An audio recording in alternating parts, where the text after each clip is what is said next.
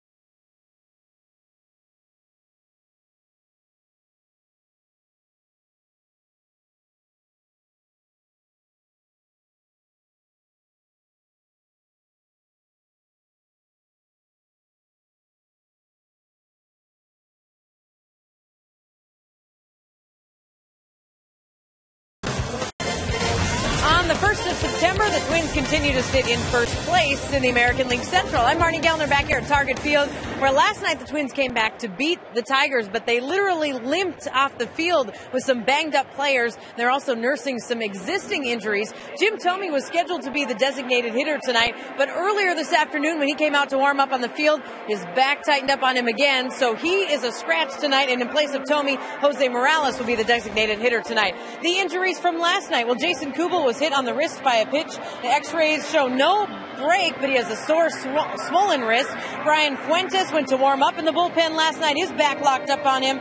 Ron Gardenhire, though, said Fuentes is better today, and Orlando Hudson is bothered by a troubled right foot. And MRI shows inflammation and swelling, but nothing major. All three of those guys are day-to-day. Jim Suhan asked Ron Gardenhire if there will be any more call-ups from Rochester, and Gardy said, we're day-to-day on that as well. A good thing the starting pitcher is healthy tonight. It's Francisco Liriano, who's won 6 straight decisions. We'll see if number 7 comes tonight against the Tigers.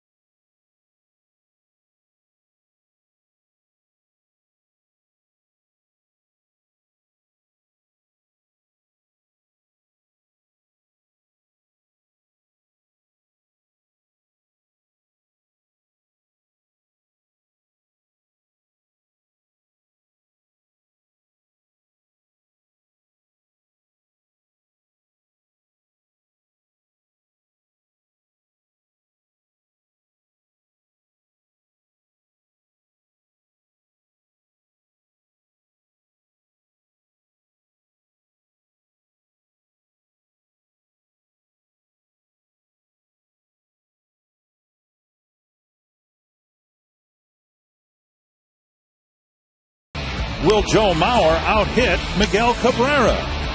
It's the Tigers versus the Twins, and it all begins now on Fox Sports North. And an absolutely beautiful night for baseball here at Target Field. Weather conditions have moderated. Humidity cut in half. It's just a gorgeous, gorgeous night for a ball game. Yes, it is. Yes, it is. Check out the Menards batting order for Game 2. The Tigers getting 3 unearned runs against the Twins last night. They hope to do better tonight with this lineup. Austin Jackson leading things off. Will Rhymes hitting second. Casper Wells third. Miguel Cabrera fourth. Johnny Peralta fifth. Brandon Inge. Ramon Santiago. Brennan Bosch has hit Francisco Liriano and just about every other left-hander very well this year. And Gerald Laird back in the lineup for the Tigers. He'll hit ninth. Joe Mauer, one of the few healthy Twins, it seems, coming out behind the plate.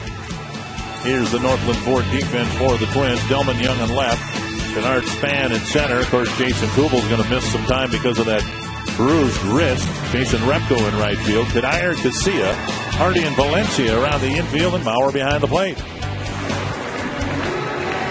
And let's take a look at the Dodge Ram scouting report on Francisco Liriano. Liriano making his 26th Start of the year, his fourth against the Tigers. Currently on that 6-game hitting streak where he has been outstanding. And for Liriano, I think what we've seen throughout the year, Dick, he's given up 60 runs on the year, 39 of those coming in the first 3 innings. So it's important for Liriano to put some zeros on the board early. It's almost 2/3 of the runs he's allowed have come in the first 3 innings. And in his last 2 starts against Detroit, that's particularly been a problem. Yeah. He's really had a mess to deal with very early in each of his last 2 starts against the Tigers. Yeah, he's coming off a very good start against the Rangers where he didn't give up a couple, any runs early on. So they actually, 2 runs he gave up came in the 7th inning. The pitching coach, Rick Anderson, will keep an eye on Liriano, try to calm him down a little bit. And that's the thing that Anderson's trying to get Liriano to be, is don't be so hyper at the beginning of the ballgame, and then he kind of loses his focus and his control a little bit. In his last start against the Tigers, and again, this was way back before the All-Star break, walks, hit batters, and just not a very efficient outing. In fact, it was his shortest outing of the year. Austin Jackson, Will Rhymes, Casper Wells lined up to face him. Well, what's good about the game of baseball, that was then, and this is now for Liriano. Again, he's been pitching outstanding since the break. How about this Tiger lineup starting off with 3 rookies? And the likely Rookie of the Year winner in Austin Jackson to get things started. Liriano delivers strike 1. Well, if you've not seen Liriano pitch, he has a very good fastball in the low 90s, an outstanding slider. That's his strikeout pitch. And then a circle changeup. So 2 good fastballs right there. At 92 gets ahead in the count. 5th in the American League in strikeouts is Liriano.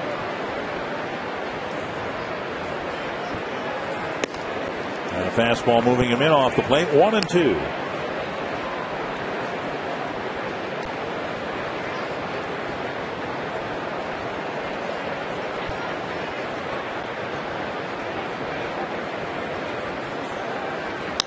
Fly ball center field. And Bernard Span over about 8 steps. And a good start for Liriano. He's gotten Jackson retired and kept him off the bases. Well, 3 fastballs, then the circle changeup right there at 84 miles an hour. And Liriano and then Jackson way out front right creates that fly ball out. Another fast runner in Will Rhymes. Another Detroit rookie playing at second base again in tonight's game. Yeah, Rhymes was called up for about 2 weeks in late July and then sent back down to AAA, recalled on August 18th. And he's currently on an 8-game hitting streak. And he's hit safely in 11 of his last 12 games he's played in. Rhymes last night, a couple of hits in the ball game. And he takes inside ball 1.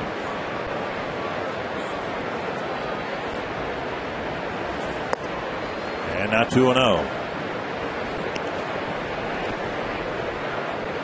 Last night, Twins gave up a couple of unearned runs in the first inning, another one in the second, then the Tigers didn't score after that. And a strike, 2-1. Rhymes a lot like Dustin Pedroia, but a left-handed hitter. They're both about 5'8", 5'9", very small strike zone at the plate. And a foul, 2-2.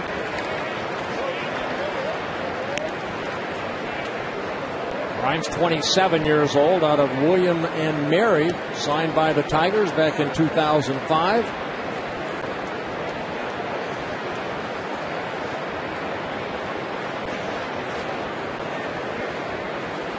Two and 2. And Rhymes gets another base hit. The barrel of the bat on it, poked a single to right with 1 away. Twins baseball brought to you in Sony High Definition. And that'll bring up Casper Wells. Yeah, that slider right there just left up a little bit, and a good piece of hitting by the youngster Rhymes, just hitting that ball softly in the right field. I don't know if you have an answer for this, and maybe I'm incorrect. It just seems to me that his slider is much more devastating on right-handed hitters than it is on lefties, and you'd think it'd be tougher on lefties because the pitch is actually breaking away from him. Well, it is, but it's flatter. I think that ball, what he tries to do with that slider down and in, is what Steve Carlton did so well. And that's that slider down and in. Lefties a lot of times will lay off that pitch, where right-handers will swing over the top of it, and that's where Liriano picks up those strikeouts.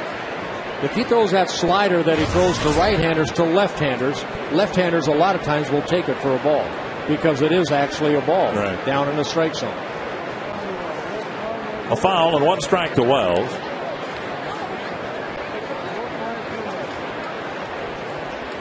It's kind of an audition time. Austin Jackson again. He's been up here all year, but Rhymes and Wells, Casper Wells, getting an opportunity to show what they can do for manager Jim Leland, maybe for next year. Casper Wells, 3 hits last night. He has 7 hits over his last 10 at-bats. That's a little flare to left field.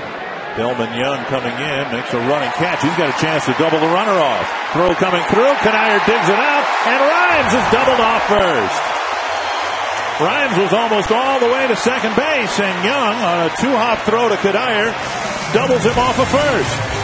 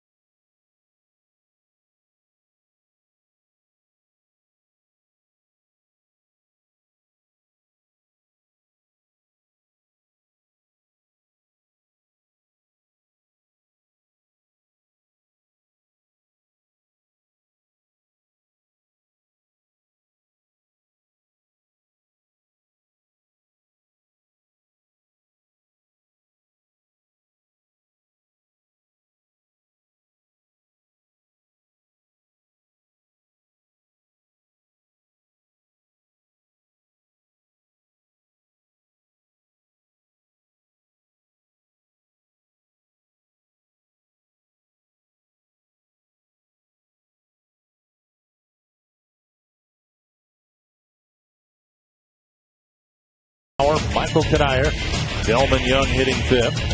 Danny Valencia, Jose Morales, the designated hitter, with Jim Thome being scratched. Jason Repko and J.J. Hardy. Well, that lineup will face Max Scherzer for the third time this year. Span takes outside ball 1. The Dodge Ram Scouter report on Max Scherzer making his 26th start, his 3rd start against the Twins. Started the season in the rotation. He was optioned down in May. Ground ball to Rhymes. And was able to get the first out here in 2 pitches by Denard Span. And since his return, he has been brilliant. Defense for the Tigers. A rookie in left field. A rookie in center field. A rookie in right field. Veterans on the left side of the infield, Inge and Santiago, Rhymes and Cabrera on the right side, and Gerald Laird back behind the plate after having some back issues that held him out of the lineup for a handful of games. Here's Alexi Casilla. And Casilla watches it all the way in, takes strike 1. Orlando Hudson had an MRI on his injured ankle, and they found inflammation, but nothing structurally wrong, so that's the good news. The bad news is he, as you saw in our open, along with a whole bunch of Twins players, are day-to-day. Aren't we all? 2 strikes to Casilla. And that was a quick at-bat. Scherzer sends Casilla back to the dugout on 3 pitches. Oh, good changeup. He showed Casilla all 3 of his pitches. The fastball for strike 1, the slider down and in for strike 2, and then the changeup. They said that Scherzer, when he got sent down, he made 2 minor league starts, and he said he found a different arm slot. And he came back up When he was sent down, he was 1-4 with an ERA of 7.29. He had allowed 9 home runs in 8 starts. But since his return, his last 17 starts, an ERA of 2.20, and he's allowed only 7 home runs in the 17 starts since his return. 1 strike to Mauer. Joe hitting the elbow by a pitch in his final plate appearance. 1 for 3 last night. And a liner snagged by Santiago behind the second base bag. Mauer hit a bullet for the 3rd out, and Scherzer throws just 7 pitches in his scoreless first inning.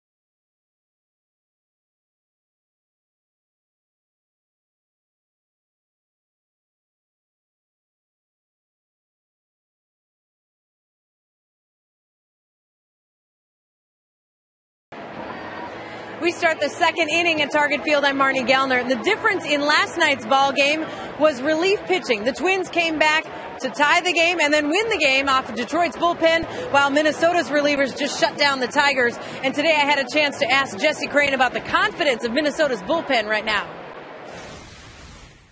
I mean, if you're in the bullpen, you have to feel that way. You have to have confidence no matter when you're going in. We have a lot of guys. We have a lot of guys that are out there who've thrown the 7th, 8th, and 9th inning. Now we have Fuentes, we have Flores, we have me and Guerrero and Roush. We've all thrown that late in the ball game. So, whenever we get the ball, no matter what the score is, we have confidence that we're going to go out there and get the guys out. Jesse Crane, over his last 35 appearances, Dick and Bert, has given up 1 earned run, which means an ERA of 0.28. He's kind of leading the charge of that reliable Twins bullpen right now. Well, thank you, Marty, and that's his number. So 2.28's a lucky number for Jesse Crane. Nice little 0 in front of that. 1-1 to Miguel Cabrera. The Twins pitching staff in general, 3rd in the American League now in earned run average, keeping in mind the Tigers got 3 runs. They were unearned runs last night. So the staff's ERA is 3.86. Only Tampa Bay's and Oakland's is better statistically in the American League. And the bullpen, they are the lowest in the American League at 3.24. So Billy Smith, they put a very, very good bullpen together with some new faces out there. Brian Dunsey, there's John Roush, an old face in that bullpen.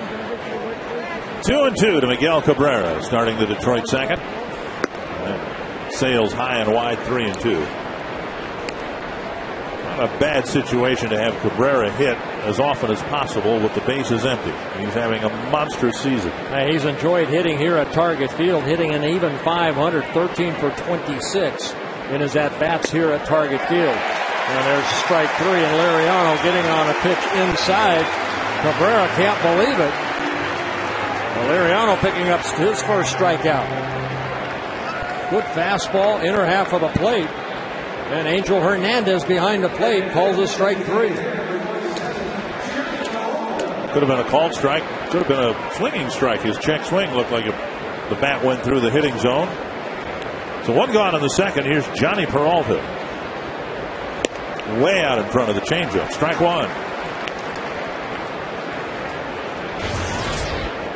Peralta looked trimmer to you. I noticed it last night. It looks like he's lost a little bit of weight. Maybe he hasn't found that right restaurant in Detroit. Coming over from Cleveland. Made quite a splash in Detroit. He hit home runs in his first 2 at-bats. He's the first Tiger ever to do that. He hit home runs in his first 2 Detroit at-bats. Liriano hits the inside corner, 1-2.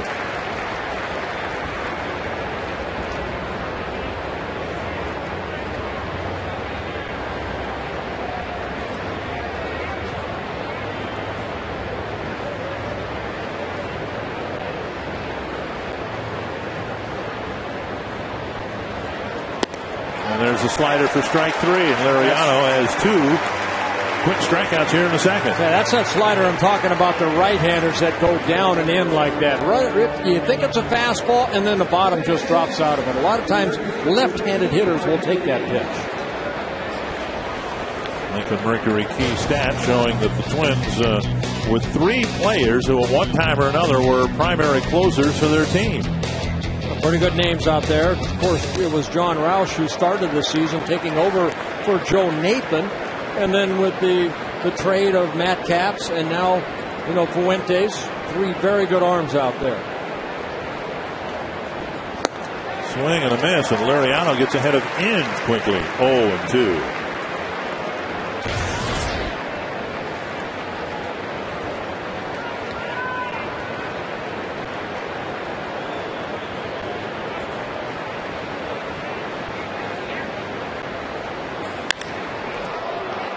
Young over, makes the catch, and a 3-up, 3-down second inning for Liriano.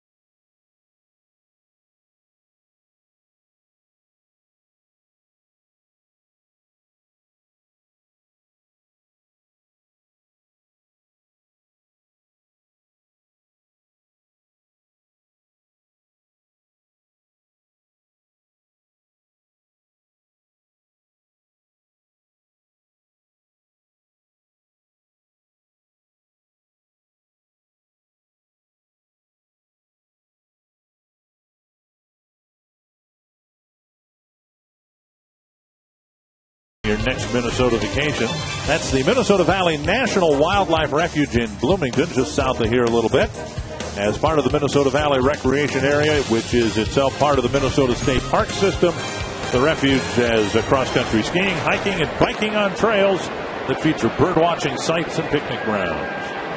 Michael Cuddyer with a swinging strike on the first pitch from Max Scherzer, who has only thrown 8 pitches. Just outside, 1-1. When the Twins saw Scherzer, they saw him at the beginning of the year where he was really struggling. But not now. Scherzer currently on a 3-game winning streak. He's won his last 3 ball games. He's allowed only 2 runs over his last 21 innings covering those 3 ball games. Bounce to the right side, easy play for Rhymes. And Cuddyer's retired, 1 away. You can submit a question online at carsoup.com/baseball. Andrew DeRock of New Ulm wondering who's the all-time hits leader for the Twins. We featured him already. Mr. Puckett. It's Kirby Puckett ahead of Rod Carew. Very good hitters right behind him. Rod Carew and Tony Oliva. Delman Young with a swinging strike. And Scherzer gets ahead of him 0-1. Delman drove in the game-winning run last night with a single to right. A foul to the screen, 2 strikes.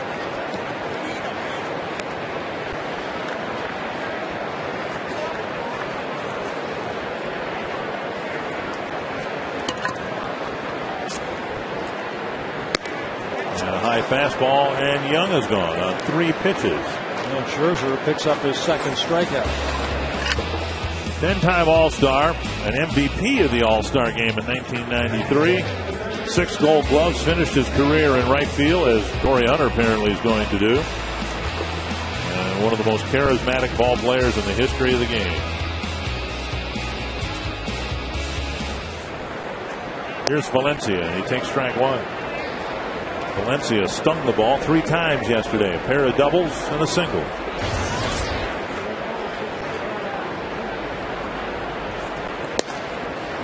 Another fastball on the outside corner, 0-2. He's thrown 16 pitches. This is not the same Max Scherzer that the Twins saw earlier this year, where he made 2 starts and had an ERA of 18 against the Twins, making just his 3rd career start against the Twins. 17 pitches now, 15 strikes.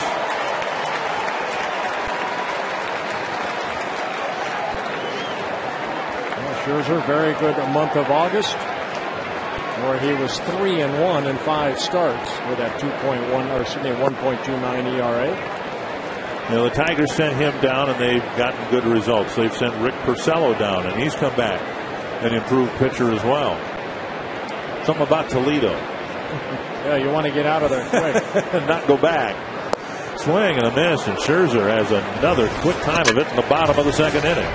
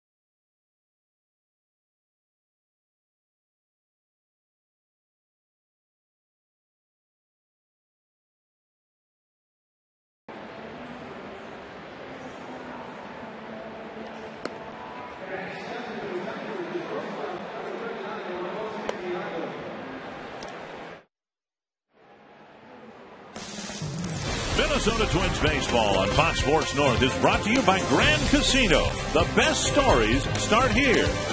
By Lincoln Mercury. Visit your local Lincoln Mercury dealer or go to experiencelm.com. And by AT&T. Find out what's possible with the nation's fastest mobile broadband network. AT&T. Rethink possible. Ramon Santiago in the box to lead off the 3rd for Detroit. Liriano's just delivered ball 1. It'll be Santiago, Bosch, and Laird. And this one sliced foul. The last time Liriano pitched against Detroit here, the first 6 batters reached base, and it was a 4-run inning. And the most damaging at bat, it seemed, in the entire first inning was Santiago's bunt single. That seemed to kind of throw Liriano off a little bit. It was a called strike 1 and 2. The Tigers, I think, more than any other team, Bert, have done that to Liriano. They bunted on Liriano in his extreme follow-through. And that ends up hitting Santiago. He kind of leaned into that and got it look like on the left elbow. Well, Liriano on a 1-2 pitch hits Santiago. Oh, it was right over the inside corner. Yep. You see him kind of leaning into that pitch and getting hit on the elbow. That was Cesar Tovar right there. Pepe used to do that.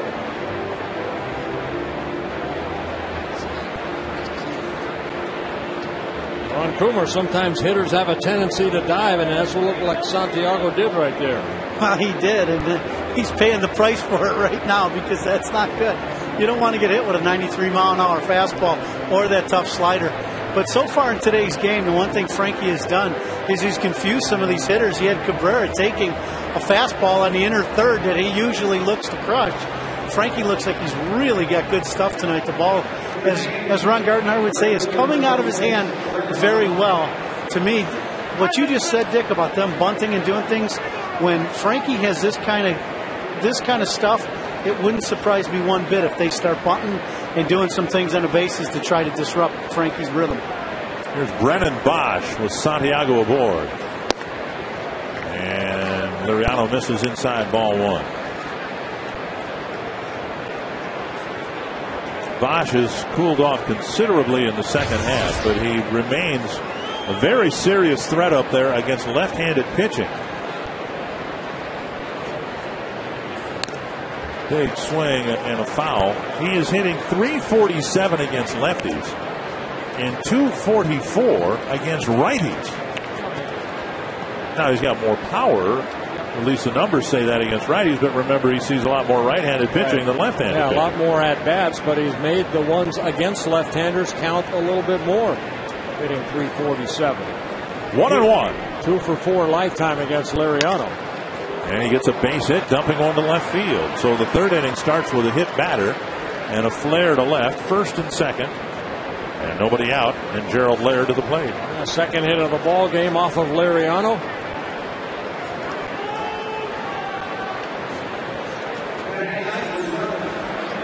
Kind of an inside-out swing, fastball, a little bit too much of the plate, but Bosch hitting it the other way.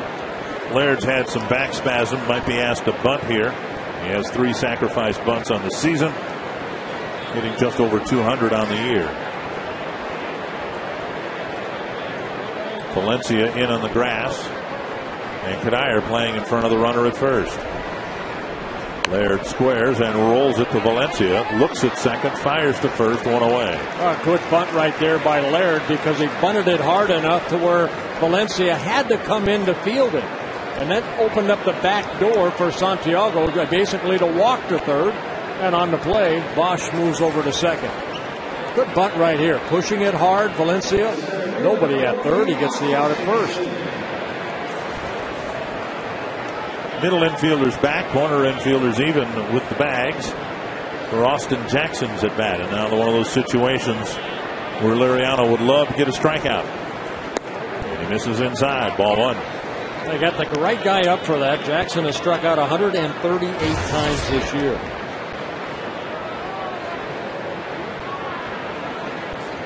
One and 0 to Austin Jackson. And a swing and a miss. 500 at bats coming into the game, and I know he's a leadoff hitter, but 500 at bats and just 29 runs batted in. And he's here in an RBI spot with runners at second and third and one out.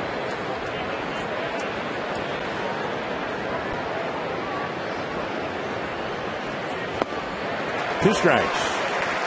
With Liriano delivering a slider, and Jackson swung over the top of it. And Liriano may come back with the same pitch again here on 1 and 2. Well, this is what you're able to do when you are a strikeout pitcher. Pick up that strikeout when need be. And this is one of those need be strikeouts. 1 and 2. Nice block by Mauer. That ball landed well in front of the plate. Mauer took that up high. They've gotten him right in the throat. Take a look where this ball ends up. The slider, and That ball kind of hit off his chest protector, and then right underneath that mask of Joe Mauer. Maybe in the Adam's apple. And Joe's going to need a little time, and he'll walk out to the mound and talk to Liriano. Get Ired on the edge of the pitching mound, too. Make sure Joe is okay. You can follow the Twins on your iPhone, iPod Touch, BlackBerry, and Android phone with MLB.com at Bat 2010. At Bat 2010 features play-by-play, video highlights, live audio broadcasts. Visit twinsbaseball.com today on your iPhone, iPod Touch, Android, or BlackBerry for more details. You see the mask of Joe Mauer already with a little bit of extra guarding underneath that to protect that, but when he had his head up, the ball sneaking underneath, and Liriano does and is able to pick up a big strikeout. At the backdoor slider, it looked like.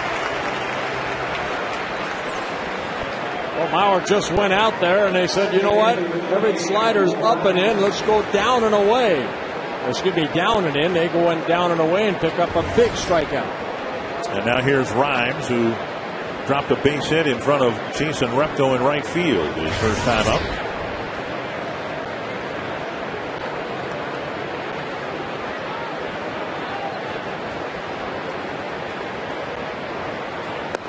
Ball one.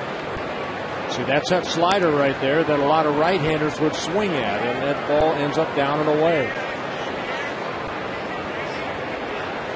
Left-handers hitting only .219 off of Liriano coming into this ballgame. Right-handers .257. 2 Tiger hits tonight have been by left-handed batters, 2-0.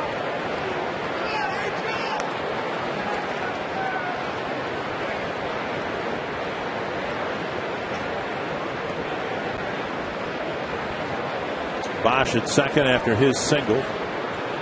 Santiago started the inning by getting drilled in the elbow. 2-0 to Rhymes. Bouncer to short. Hardy has it. Inning over. Good job by Liriano pitching out of a third inning jam.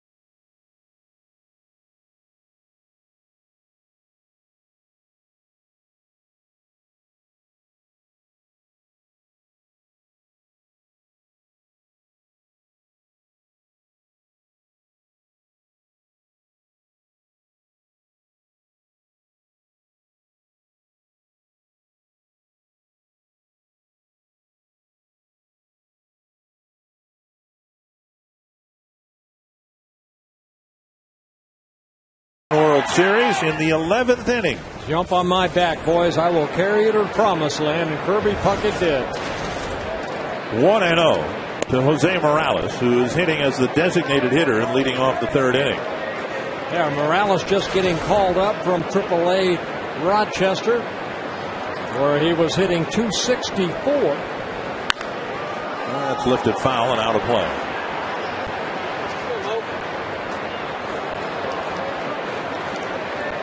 Jim Thome was in the original lineup. He took some swings off the tee, thought he was ready to go, went out in the outfield, did some running, and his back tightened up on him again. So the Twins, who just called Morales back up, put him in as the designated hitter, largely because the ranks of available players not real deep. Jason Kubel's out. Jim Thome's out. Orlando Hudson's out. Well, they're all day to day. Yeah, Morales, he was with the Twins from July 25th to August 15th, about 20 days. Had only 4 at-bats. Good changeup right there. And Scherzer picks up his 4th strikeout. You see the entire Kirby Puckett 50 Greatest essay written by Greg Walk, delivered by Torrey Hunter. Go to foxsportsnorth.com. 1 gone in the 3rd, and that'll bring up Jason Repko. And of course, with Jason Kubel's unavailability to start the ball game, Repko gets a chance to start in right field, where he finished the ball game last night. He started in left and finished in right. Repko got a base hit in last night's ball game. Good fastball down and away. Scherzer throwing strikes. 26 pitches, 20 for strikes so far. When the Twins saw him, it was back-to-back starts in late April and May. He pitched between those 2 ball games. Blunt foul right there. The Twins, you got a no decision in the first ball game. The Tigers actually came back and won that game 11-6, and then Scott Baker beat them back on May 3rd, 10-4. Between those 2 ball games, he worked a total of 8 innings. He gave up 18 hits, 16 runs. But this is a new Max Scherzer right here. He found something down in Toledo, and he brought it right back up with him, and he has been outstanding ever since. Again, over his last 17 starts since its recall, 9 wins, 5 losses, an ERA at 2.20. Another strikeout, number 5 for Scherzer. 2 away in the 3rd. He had a season-high 14 strikeouts when he did get called up from Toledo back in late May. Good fastball, just overpowered Repko. 2 down, and here's J.J. Hardy. Scherzer trying to complete a perfect first trip through the Twins' batting order.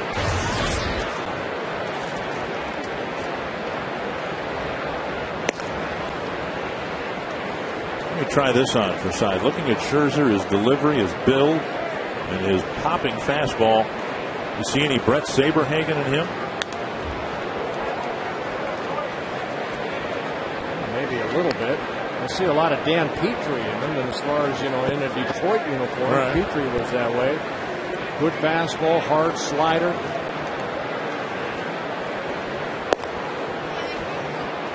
One and two. Well, Scherzer, 25 years old. He came over in the Edwin Jackson trade from the Arizona Diamondbacks over the winter. Sometimes you get traded, you want to impress everybody. He got off to that terrible start. First 8 starts, 1-4, an ERA at 7.5, and went back down and probably had a chance to just take a deep breath. He had Hardy 0-2. Now it's 3-2 with Span on deck and 2 away.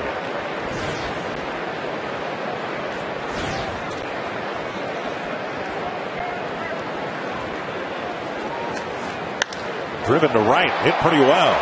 Drifting back is Bosch at the wall. He drops the ball on the warning track, and Hardy will go to second base. A visiting player, not sure perhaps how to play right field here, and Bosch took his last couple of steps a little tentatively toward the wall. Well, you see that limestone that kind of sticks out a little bit, and that's one thing about that right field. There are 4 different elements out there that sometimes come into play, but you see Bosch right here. He just missed that ball. That's got to be an error, and it is.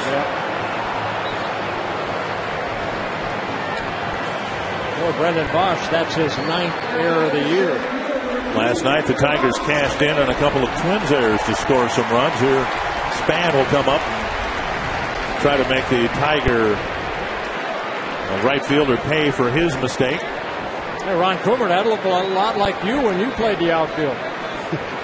Got to knock in more than you let in. That was my deal. I'll tell you right now, at dusk, we've talked a lot through the years about the Metrodome. It's really tough right now to see the baseball. If you think about it, the outfielder goes back to the track trying to find that wall, and then when you look back, you're looking up into a sky with dusk. It's very tough to see track the baseball right now. Well, I remember in last night's ball game, Johnny Peralta had to go way out in the left field to catch a fly ball that Rayburn didn't see, the left fielder last night. And I was only kidding, Ron Coomer, about your defensive. No, it's true. I got no problem with that. Tom Kelly had me play right field the first time, and I almost died going out there. I played infield my whole life, and the only time I played the outfield in the big leagues. Wow. 1-1 to Span, who hit a ground ball to second his first time up. Span, typically a Tiger terror, has really hit Detroit pitching well, looking for a big 2-out hit here in the third. A good slider right there. Scherzer mixing in all his pitches. Fastball in the low 90s. Good changeup. This is a slider right here, working the outer half of the plate and then hitting the corner.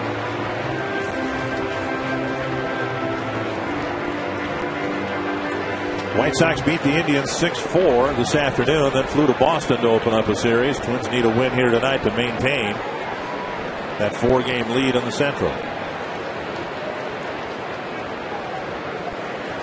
Freddie Garcia had to leave that game early for the White Sox after 4 innings with some back issues. As Paul Konerko hit the big home run late in the ball game. Manny Ramirez got 1 hit in his White Sox debut. Span strikes out. There have been 6 strikeouts already for Max Scherzer. They're scoreless through 3.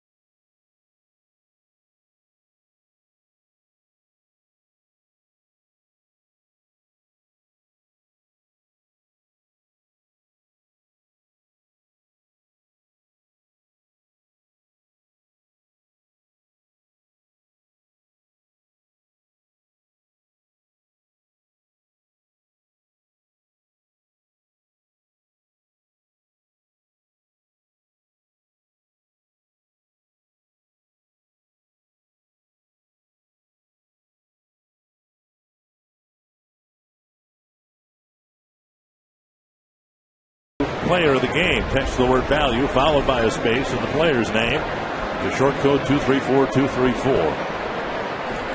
Liriano leading the balloting with 3 scoreless innings. He's given up a couple of hits and he's hit 1 batter, but he had a jam to pitch out of in the third, and he did that. He'll face Casper Wells to start the 4th.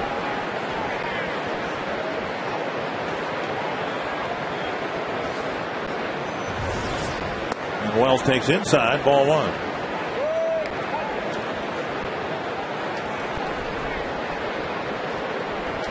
Wells in his second stint with the Tigers this year, 25-year-old. Signed with the Tigers back in 2005.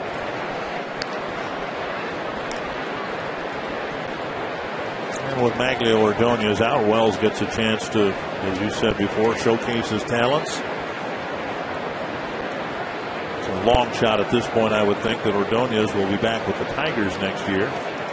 He's got an option on his contract for a lot of money.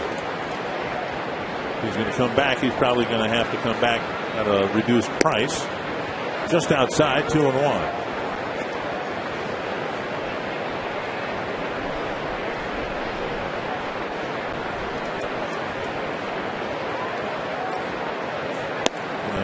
Bends that one over for a called strike 2. Wells, Cabrera, and Peralta facing Liriano here in the 4th.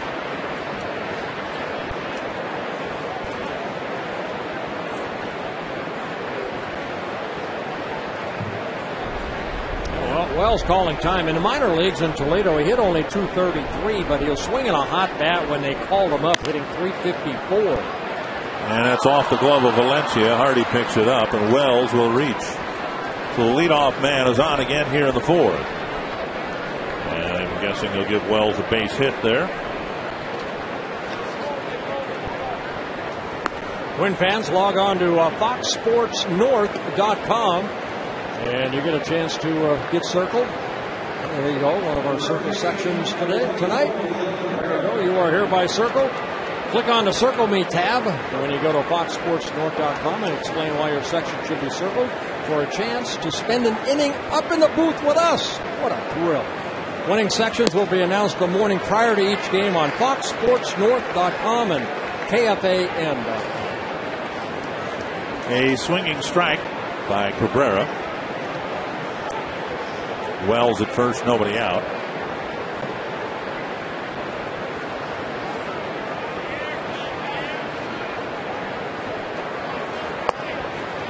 Down low, 1-1.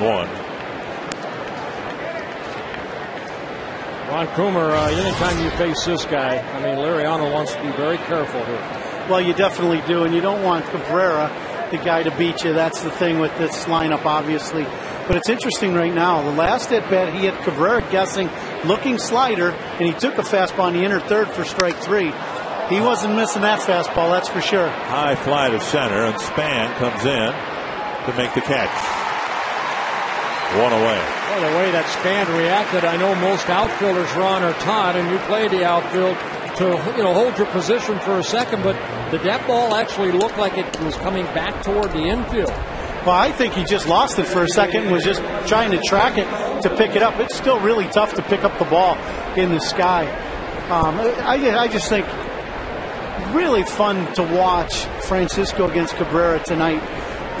Especially with Cabrera guessing in the first at bat and getting punched out. But it's going to be interesting even for the next 10 minutes or so. The outfielders trying to track these pop-ups. I'm just looking at the flags out in left field. That ball line foul. The wind's blowing in a little bit there, but the flag's out, where the U.S. flag is down that right field line. It's just kind of swirling. Is there a swirl in this ballpark? I guess, did we ever find that out throughout the summer? Well, there's a little bit of breeze, but not much down here, that's for sure. Yeah. I think Cabrera hit that ball so high, as Ron Coomer said, that it's kind of hard to track the ball in twilight in any ballpark. It's not just this ballpark. Remember in Anaheim, that's traditionally been a problem. Darren Erstad, in particular, had a terrible time in his home ballpark seeing the ball in the twilight.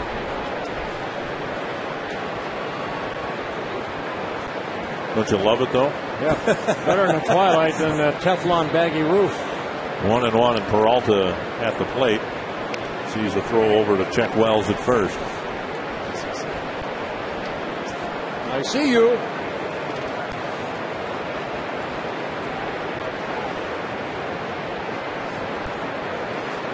One and one to Peralta. Liriano this year has gotten 12 ground ball double plays. In the first inning, he got a fly ball double play. Peralta currently on an 8-game hitting streak, 14 hits in his last 33 at-bats coming into this ball game.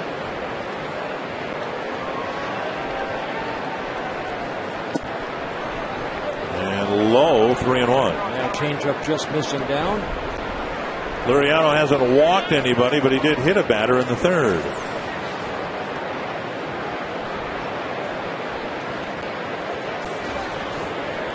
Three and one to Peralta with Inge on deck.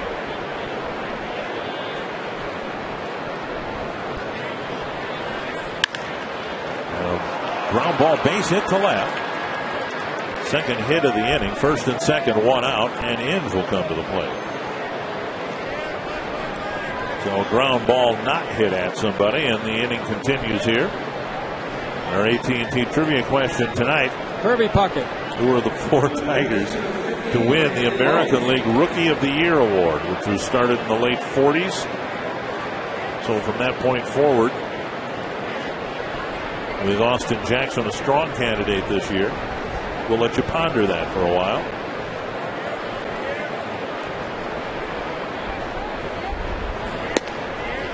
Outside, ball 1 to Inge. Earlier this year, Inge got his 1,000th major league hit.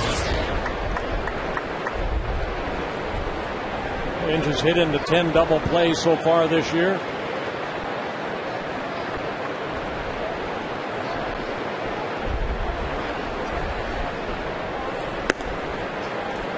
And now 2-0, and Mauer's going to go to the mound.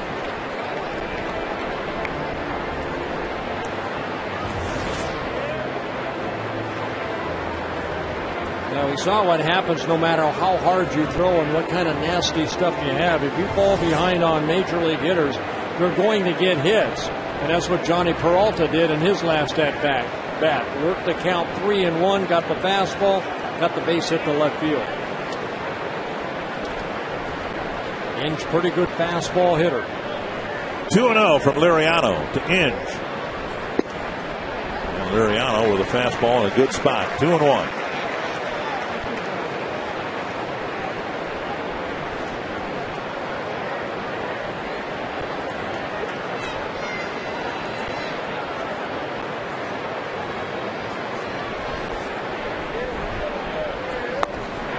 And a slider and a swinging strike. Well, it's a lot of confidence that you have in your breaking ball when you can throw that type of slider in a fastball situation. That's a lot of confidence right there. You know, in Liriano's last 2 starts against the Tigers, in each time that they faced him, when hitters knew the slider was coming and Liriano kept throwing it in that same spot down and in, eventually they adapted to that and put some good swings against that slider. And then we saw Liriano get a called third strike against against Cabrera with a fastball, but then he threw that backdoor slider that broke over the outside corner to Jackson. I'll still take my chances. I remember that ballgame. Ordonez hit a pretty good pitch. Right. They weren't bad pitches. Sometimes you have to tip your hat when your opponent hits good pitches. If they're all right over the heart of the plate, that was one thing. But I remember that game. They were pretty good pitches right there. There's a good changeup with some little sink down and away, and Liriano picks up a strikeout. His 4th. Boy, both starting pitchers are dealing here tonight. They really are. Watch a little bit of break right there, down and away, a pitcher's pitch. And Inge swinging over the top. Tigers have all 4 of the hits in the game, and here's Santiago, who was drilled in the elbow, leading off the third inning, I should say. In reality, Santiago stuck his elbow out over the inside corner. Here's a tapper to short. Hardy to Casilla. Inning ends, and the Tigers leave 2 more on base in the 4th.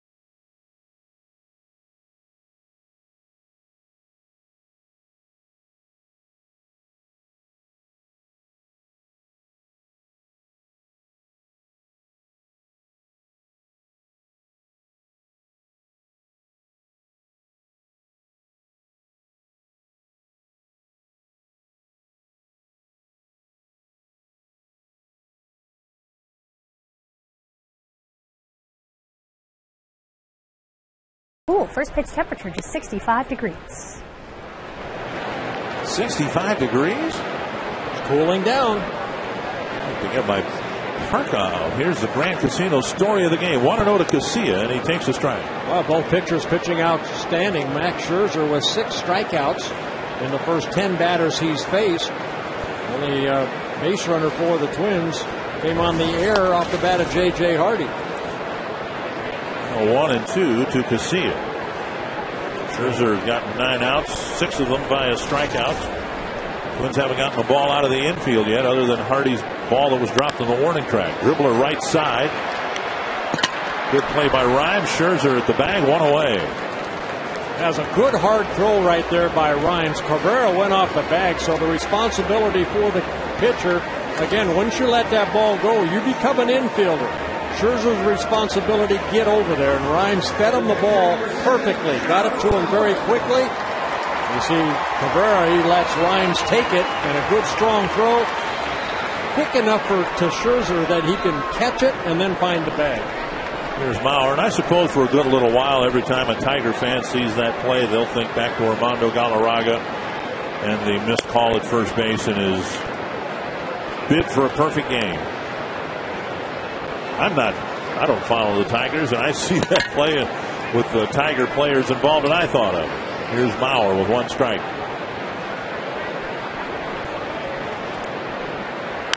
Sliced foul, 2 strikes. Well, Jim Joyce, of course, the first base umpire. Jason Donald at the bat, and he hits his ball. Cabrera leaving the bag, and then the bang-bang play. And that smile right there, I think, got him that car. 2 strikes to Mauer. That's all you have to do to get a new Corvette, is smile? Well, you have to take a perfect game into the 9th inning. Oh! Good luck. I've seen you in fantasy camp. Yeah, that's not going to happen. 1-2. Twins still looking for their first hit. Mauer drives it to left. Casper Wells going back. He makes the catch. That's out number 2. Mauer actually made a pretty strong bid for a hit. Santiago with a nice snag of a line drive behind the second base bag. Yeah, the defense had played him perfect up the middle, and that's where Santiago grabbed that last out in the first inning. Here's Michael Kadire. Got a ground ball to second his first time up.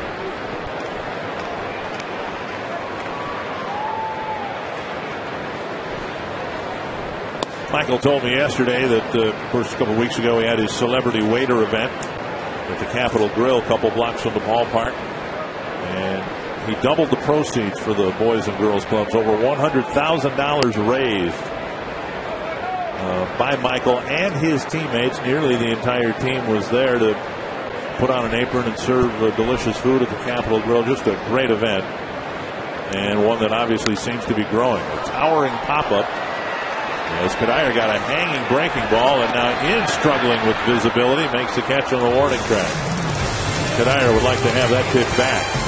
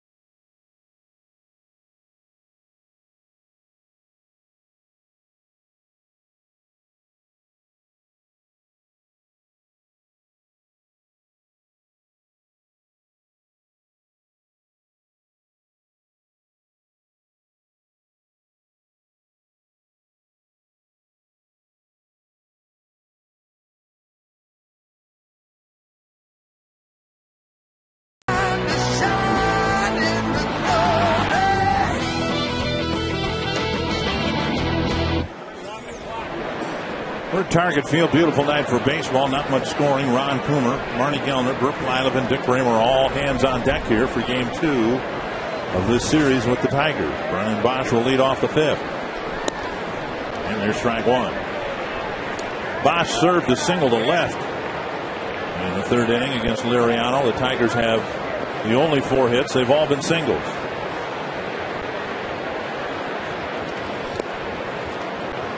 One and one. Tigers are just 2-4 in their last 6 games, and their last 4 losses have each been by 1 run, including last night's 1-run loss, 4-3 to the Twins. 1-2. Well, 3 straight sliders right there to Bosch so far in this at bat. It was a fastball that he kind of inside out of the left field in his last at bat. There's a good slider down and away. Leadoff man has been on each of the last 2 innings for Detroit. And he missed outside with a fastball. 2-2. 6-1 since the All-Star break.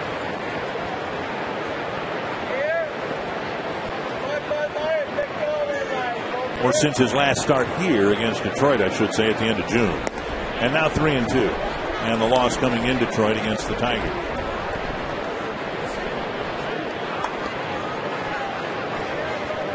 In his last 2 starts against Detroit, 7 2/3 innings, 13 earned runs. But a much better night so far tonight. And he lost Bosch, and the leadoff man is on for the 3rd inning in a row. Yeah, first walk for Liriano. Time's running out if you want to be a part of the Twins' 2nd tradition wall at Target Field. The remaining spots on the wall are going quickly. You can have your name or your family name etched permanently on the Target Plaza by participating in the Tradition Wall program. Visit twinsbaseball.com or call 877-TWIN-WALL to purchase your place on the Twins Tradition Wall. Laird came up in the 3rd with runners at 1st and 2nd, nobody out, dropped down a sacrifice. He might be asked to do the same thing here with 1 man on and nobody out in the 5th.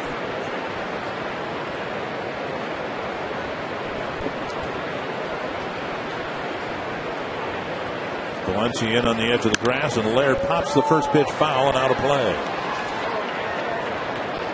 Well, Laurie Hansen and I didn't get your name. They are up here, Dan, coming up to celebrate your 1 inning up here. And now on your email you said that your daughter Stephanie, or you wanted to embarrass her. Do you think we're going to do it? She says we hope so. 1 strike. And Laird takes a fastball up and in. You were in the Circle Me section tonight.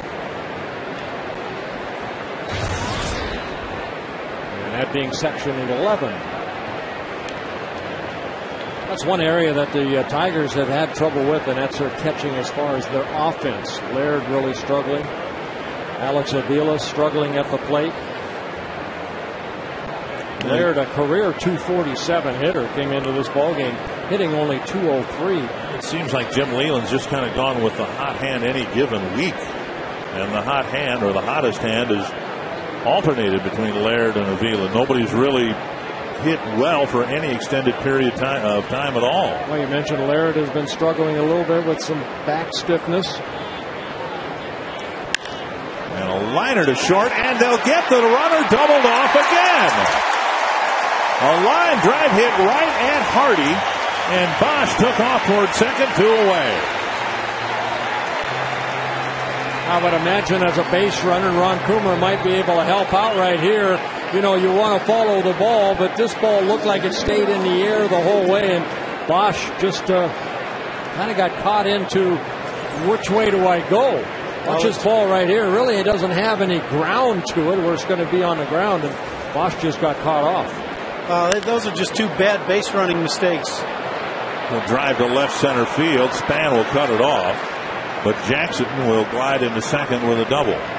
Well, you can see where that base running mistake right there cost the Detroit Tigers.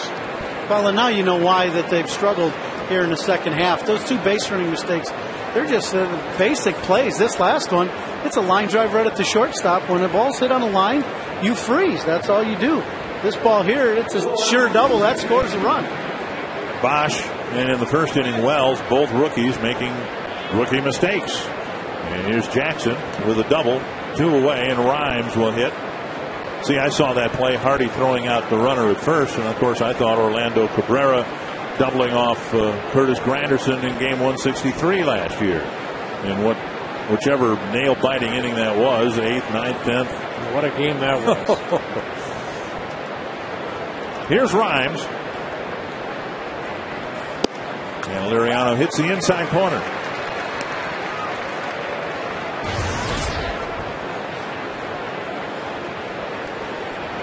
Rhymes came up in the 3rd inning with a couple runners on and ended up hitting a ground ball to J.J. Hardy to end the 3rd inning. 1 strike. And Rhymes with a check swing, and it's a strike, 0-2. Last 2 balls hit by the Tigers, probably the 2 hardest hit balls tonight.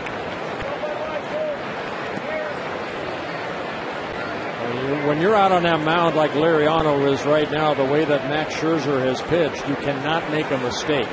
That's the way you have to think.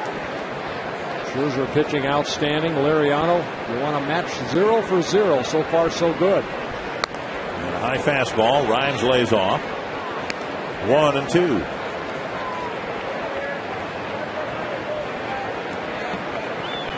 This will be pitch number 75 for Liriano. 1 walk, 4 strikeouts in the ball game.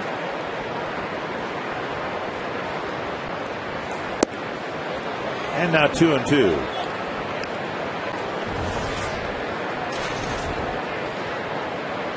Jackson at second with the only extra base hit of the game, but again the Tigers have all 5 hits.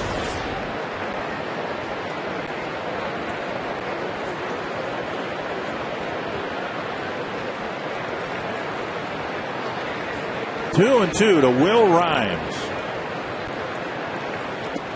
And a nice block by Maurer. It's a full count with Wells on deck and first base open. Yeah, right-handed hitter Casper Wells on deck. I remember the 1st inning, Rhymes hit that slider, but it stayed up softly into right field. See what they throw here, 3-2.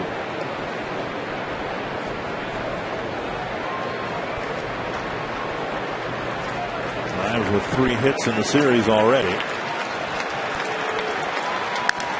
Shattered bat, and Kadire almost has to jump over the barrel of the bat to get to first base. That awful, sickening sound to end the 5th inning. Great sound.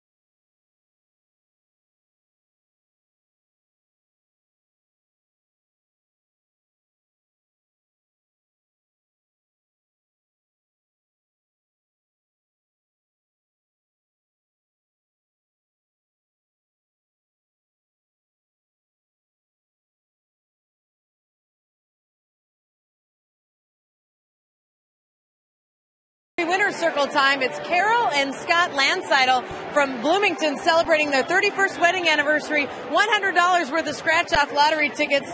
And they've got the old picture with Carol in the bonnet In the white tux for Scott, 31 years today. Congratulations and happy anniversary. What has changed over 31 years? Let's see. We golf a lot more. We sent our last child off to college, so we're empty nesters. So we're pretty happy. Well, congratulations. You've also got $100 worth of lottery scratch-off tickets. Dick and Brett. Delman Young rifling one over the first base bag into the corner. The first Twins hit is an extra base hit to lead off the fifth inning. Congratulations to that couple right there. 31 years of marriage, but Delman Young may be celebrating their anniversary right there. Kind of just taking that pitch with them the other way. Good piece of hitting by Delman. Slashing that ball down that first base line. Brendan Bosch has to go chase it in that corner. And Delman Young, with his 37th double of the year, gets the Twins' first hit. And an important situational at bat for Danny Valencia, the Twins rookie. See what he can do here to get Young at least up to third base. See what he's asked to do, if anything. And he grounds the single to left. So the Twins held without a hit for 4 innings. Start the fifth with back-to-back hits, first and third, nobody out. That's not a surprise that Danny Valencia got a base hit here, because at Target Field, coming into this ballgame, he's hitting .429. 36 hits and 84 at-bats here at home. And Danny Valencia jumping on that first pitch, the slider, left up, and he hits it past Inge in the left field. So runners at the corners for the Twins, nobody out here in the bottom of the fifth inning. And now Morales. Morales struck out to lead off the third inning. And now Scherzer is in a situation where he needs a strikeout. He got plenty of them in the first 3 innings, but now he needs one. Morales swings away and fouls it back. Well, Scherzer's been attacking the strike zone. The Twins are attacking him now.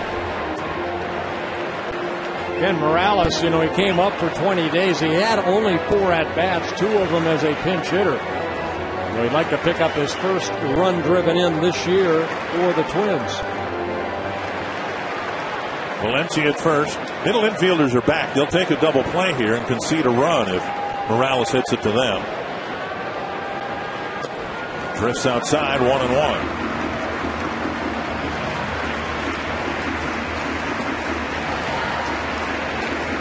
Twins lead the season series 8-5 over the Tigers. They are 6-1 against the Tigers here at Target Field. 1-1 to Morales. A high drive to center. Jackson going back. Oh, what a nice running catch. Valencia has to retouch second and get back to first, and now he's doubled off. A run scores. Young comes in from third. Valencia doubled off first after a great catch by Austin Jackson at center. I tell you what, I kind of agree with Danny Valencia, because I didn't think there's any way that Jackson was going to catch this ball. That ball was over his head. He turned around and utilized his speed, made a great catch on the warning track. And we've seen highlight reels before of Jackson, the ground that he can cover. Unbelievable catch, and Danny Valencia was almost over by shortstop. By the time he got back, it was too late. He was doubled off first, but Delman Young ends up scoring the first run of the ball game.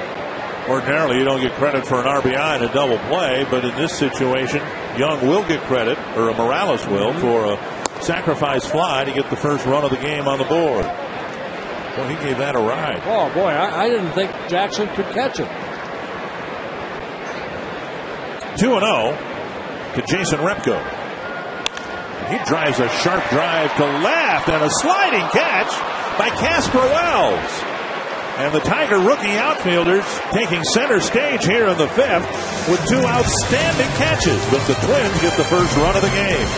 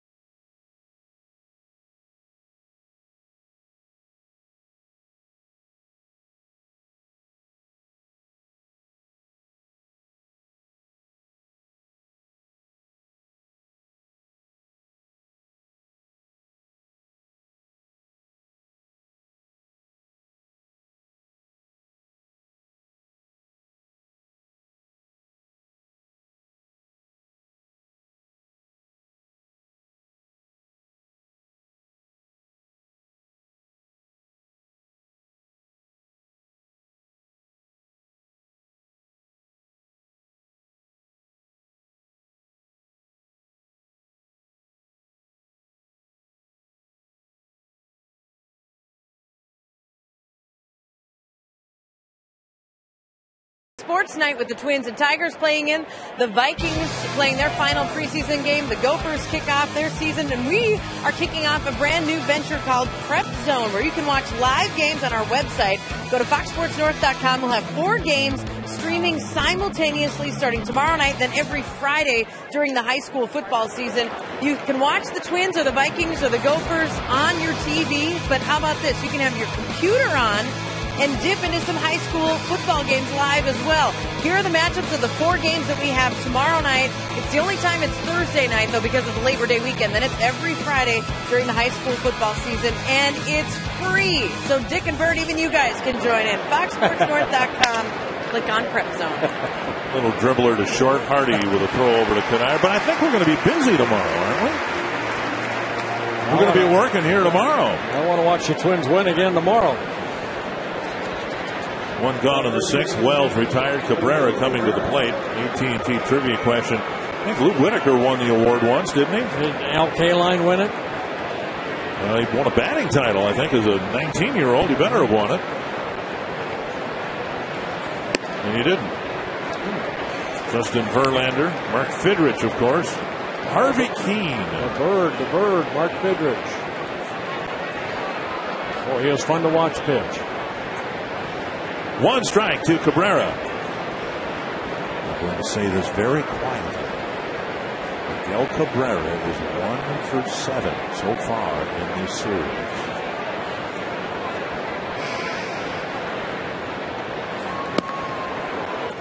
Liriano uncorks another one in the dirt. That's off the boot of Angel Hernandez. 1-1. The password is just don't want to wake him up. And he dribbles one back to pass Liriano. And Casilla throws him out. Sprawled behind the mound. A great play by the Twins second baseman. An outstanding defensive play by Alexi Casilla. His buddy Francisco Liriano saying, hey, great play. Liriano tried to grab it and barehanded as it got by him. And you can see the ball got by him, scooted by him, and then barehanded Casilla. An outstanding play to get Cabrera at first base. Wow. So 2 down here in the 6th. And Peralta swings through. Strike 1.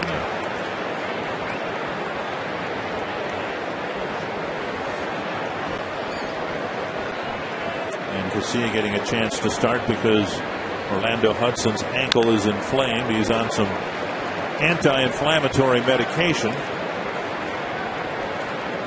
He'll have to convince Ron Gardenhire that he can get a complete game at second base before he'll be allowed to start again.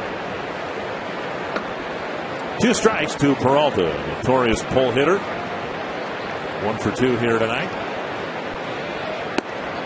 And Liriano misses the inside corner.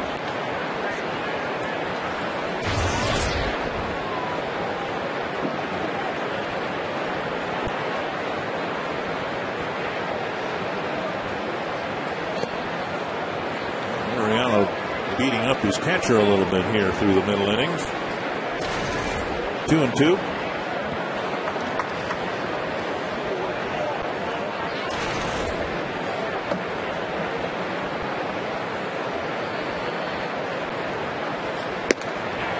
And Liriano finishes off a 1-2-3 6th inning.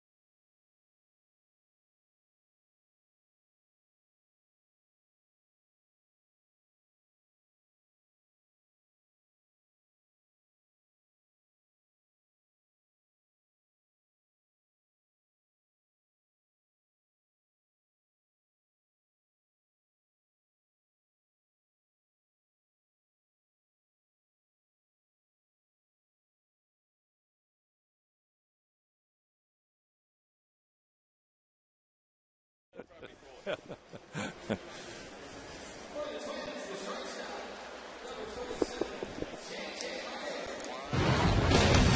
back to the Coors Light 6th inning and the Coors Light Freeze Cam. Well, one error in the ball game that came off of the glove of Brendan Bosch out in right field, but Jackson made up for it. I'll tell you what, he made a great catch off of Jose Morales, and then there are the three outfielders you were talking about, all of them contributing in this ball game.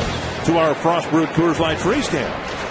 J.J. Hardy nubs one back to the mound. Nice recovery by Scherzer, and he throws him out, one away. So Hardy reached second base with Bosch's two-out error in the third. Now a little nubber back to the mound for the first out of the sixth. Scherzer, again, he's been attacking the strike zone, only 60 pitches here with one out in the sixth inning. You know, you mentioned the Twins of the edge in the season series with Detroit so far, 8-5. It's not just the Tigers, and it's not just the rest of the teams in the American League Central. The Twins are 7-5 against Cleveland, 10-5 against the White Sox, 8-5 against Detroit, 9-3 against Kansas City. But they also have the edge against every team in the American League West. They've had their problems in the East, obviously. Inside to Span. Yeah, Twins are 20-10 in the American League Western Division, right. And in the East, Central, they are 34-18 in their own division. And in the East, they're 14-18, 4 games under 500. Now, the White Sox swept the Indians. But even with a 3-game sweep, they're 27-29 against teams in the Central. 2-1 to Span. Well, again, 72 of the 162 ball games the Twins play are against the other 4 teams in the division. So that's where you want to control. You can control your division. And the Twins over the years, really under Ron Gardenhire, they've done a great job of that. The Twins have won at home, too. They won at the Metrodome here the first year at Target Field, 41-22. 3-1. And now Span draws a walk with one out in the sixth. First walk issued by Scherzer. Time for the Quest high-speed pitch, brought to you by Quest High-Speed Internet. Well, Max Scherzer clocked as high as 96. Liriano as high as 94. Both pitchers pitching outstanding. Twins able to get a couple hits together. Delman Young's double, Danny Valence's base hit, and then the long sacrifice fly off the bat of Morales for the only run of the ball game. Here's Casilla. Way out in front of the off-speed pitch. We've seen Span starting to steal bases with more frequency and running the bases a little more aggressively. But Laird behind the plate, at least when he's been healthy, among the best in throwing out runners.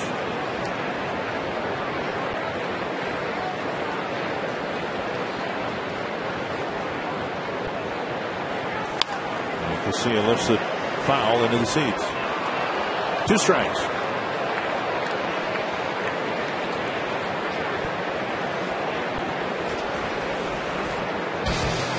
Well, again, both starters pitching outstanding. Scherzer 5 1/3 innings, only 2 hits allowed, and they came back to back. And Liriano's allowed 5 hits, 4 singles, 1 double. And so far, pitcher's duel. Span with a belly flop back to the bag.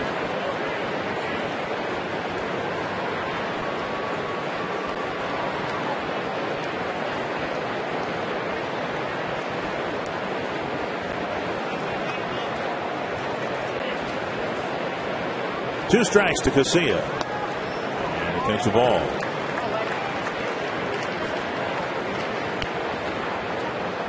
Tough tandem when you've got Scherzer, and as well as he's been throwing, and tomorrow the Twins get Justin Verlander.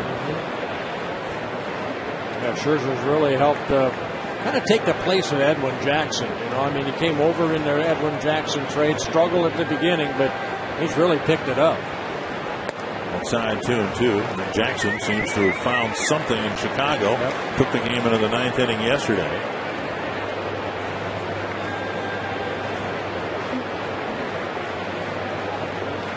Two and two. Twins leading here 1-0.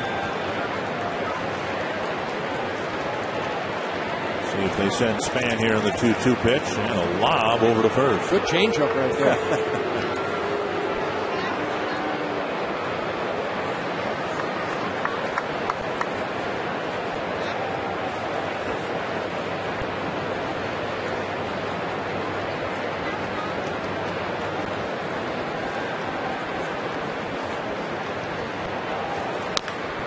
Tapper up the line.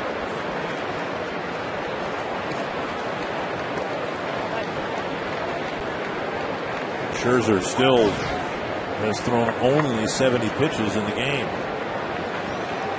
Twins got their run in the 5th, but still only sent 4 men to the plate.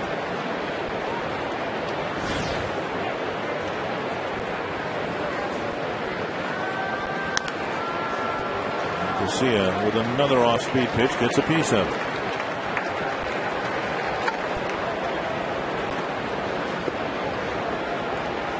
"30 games left counting tonight for the Twins, 18 of them at home.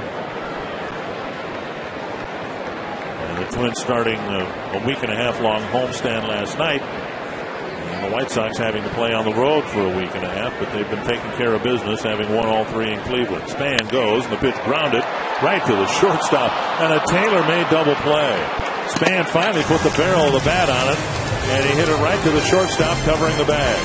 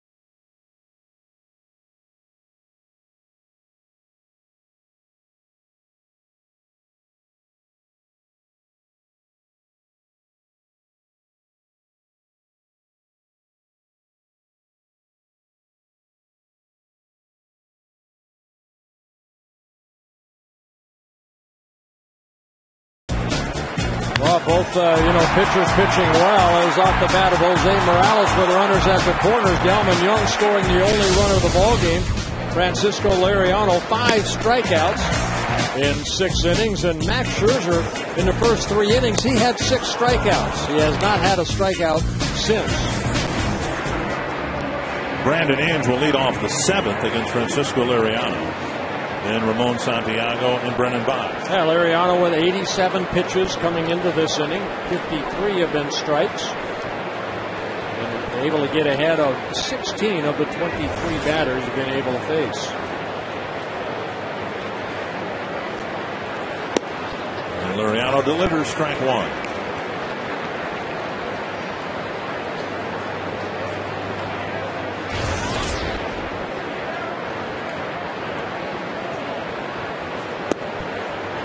One and 1. Liriano's first start against the Tigers was a really good one in late April in Detroit. 8 shutout innings. Only 4 hits allowed, 1 walk, 10 strikeouts. Yeah, that was that period that he had 23 consecutive shutout innings. He's done that twice this year. 23 consecutive shutout innings, and then later in the summer he had 3 starts in a row where he had 21 consecutive shutout innings. Fouled away 2-2. The last time Liriano started in Texas, he had the benefit of 3 extra days. In tonight's start, he has an extra day. And Ron Gardenhire has toyed with the notion of making that kind of a regular occurrence once they get Kevin Slowey back. There's a called third strike, one away. And strikeout number 6 for Liriano. One down in the 7th. That'll bring up Santiago. Well, good hard slider, that backdoor slider. An inch to it. Target Field will be extra special this weekend as the Twins will celebrate 50 seasons of baseball, presented by Autotrader.com. On Sunday, the Twins will hold a Legends game beginning at 12:30. I thought you guys were old-timers. You're Legends? Now we're Legends. Okay. But we're old, too. The game with the Rangers will follow afterwards. Many of the greats from 87 and 91 will be back in action, and it'll be a day to remember. It's a softball game, right? No, it's a hardball game. It is a hardball game. It is? Yes, yes. Didn't we say last night it was a softball game? We were told it was a softball game. Brian Donaldson told me today that it is a hardball game. Really? Yes. Wow. Well, check on ticket availability, and if you have a ticket, come early. Make sure you're here for the game against the Legends. Valencia fires across. Look at that arm. Out number 2. What a great defensive play right there by Danny Valencia. Again, he has caught everything over there. Now, earlier in the ball game, off of Casper Wells, he had to go to his left right off the tip. But that little short hop right there, that's a nasty little short hop. And then straight over the top fastball. That's definitely a good 4-seam fastball across the diamond. No movement there other than just good velocity to Kadyr's glove. 2 down. Here's Brennan Bosch. He's reached twice against Liriano. He takes strike 1. Valencia, you saw him backpedaling as the pitch was delivered, which allowed him a little time to react to that hard hit ball. Again, the 3 errors that we just showed you right there, they've all been throwing errors across the diamond. He has pretty much been a vacuum cleaner over at third base. 1-1.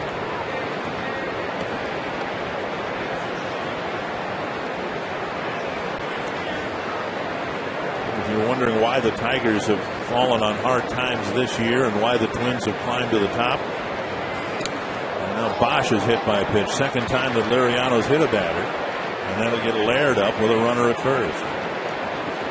And for Liriano, that's the 10th hit batsman of the year. Rick Anderson on the phone out to the bullpen. That fastball running in and just clipping Brendan Bosch a little bit on that belt buckle side. And Anderson will come to the mound here with 98 pitches under Liriano's belt. But the Tigers regularly now starting 4 rookies. They did last night. They are again tonight.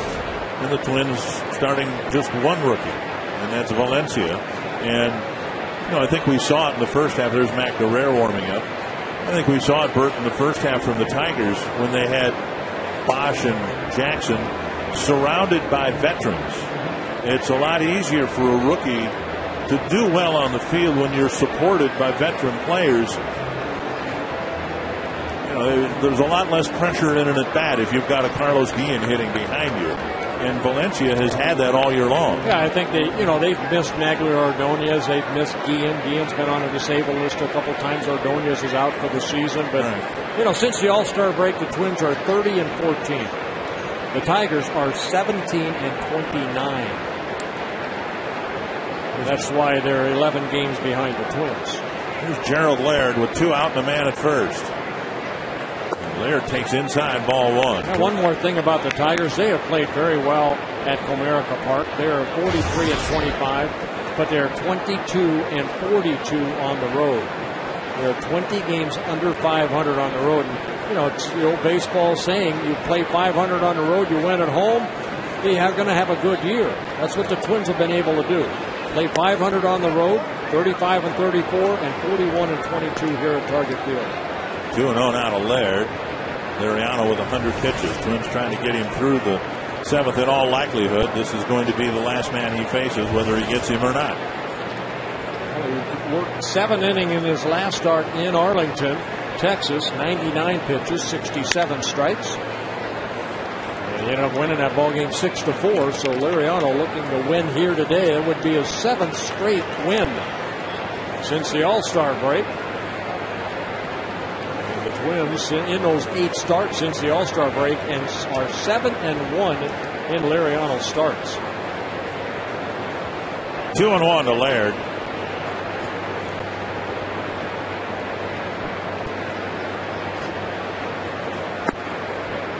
and now 3-1.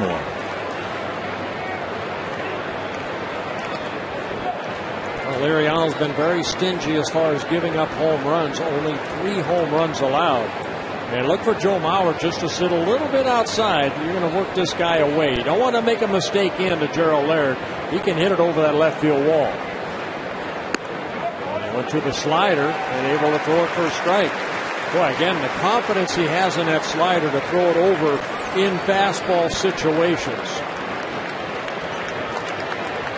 Mauer might have helped steal that pitch for Liriano.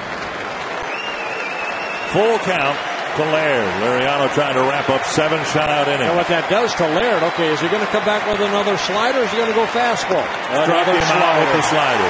7 shutout innings for Francisco Liriano. He comes off the mound with a 1-0 lead. Stay tuned for the 7th inning stretch brought to you by Medica.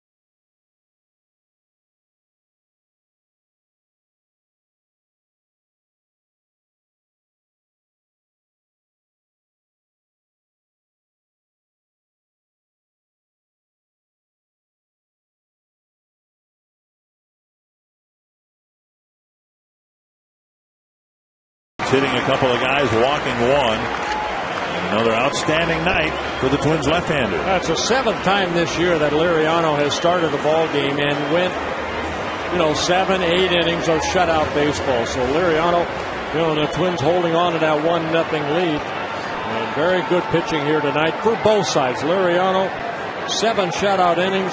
Max Scherzer trying to match that. He just gave up that 1 run in the bottom of the 5th. He's allowed only 2 hits. Here's Mauer, hit the ball sharply now 3 times, finally getting his first hit. And just look in this game how things can even themselves out. With Santiago playing up the middle, Mauer had a hit taken away from him. And now here Mauer hitting a line drive where a shortstop would normally play, and it falls for a hit. Well, they say it all evens out. If you ask an offensive player, a hitter, they say it never evens out. If you ask a pitcher, that never evens out either. And Joe Mauer just inside-out swing, typical Joe Mauer base hit the other way. And a check swing, no swing to Michael Kadire. Kadire 0 for 2, a bouncer to second, and then he fouled out on one of the few mistakes I think Scherzer's made. He hung Kadire a breaking ball, and Kadire popped it up near the Tiger dugout and caught it to wrap up the 4th inning. That's outside, 2-0.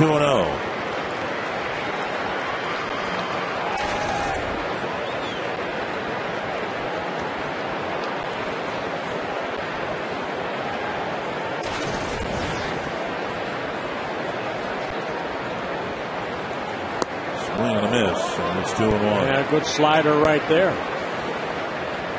So instead of a fastball, Scherzer, like Liriano, had that slider in a fastball situation.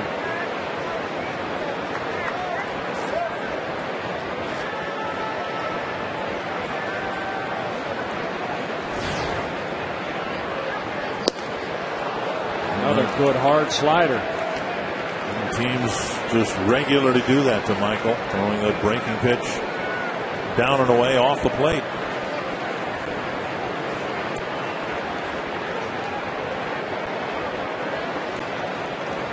Two and two.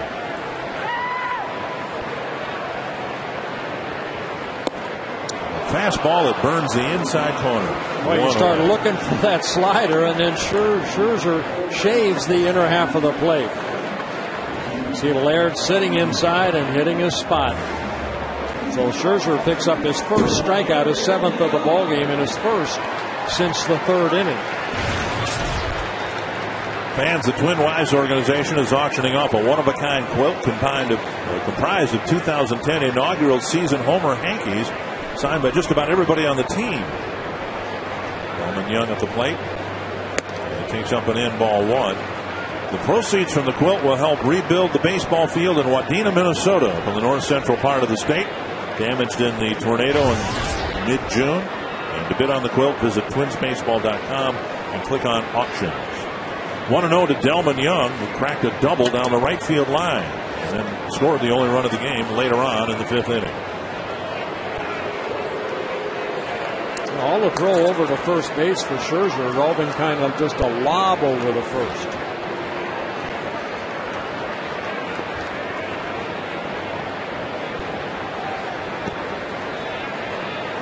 Young got the game-winning RBI in the game last night.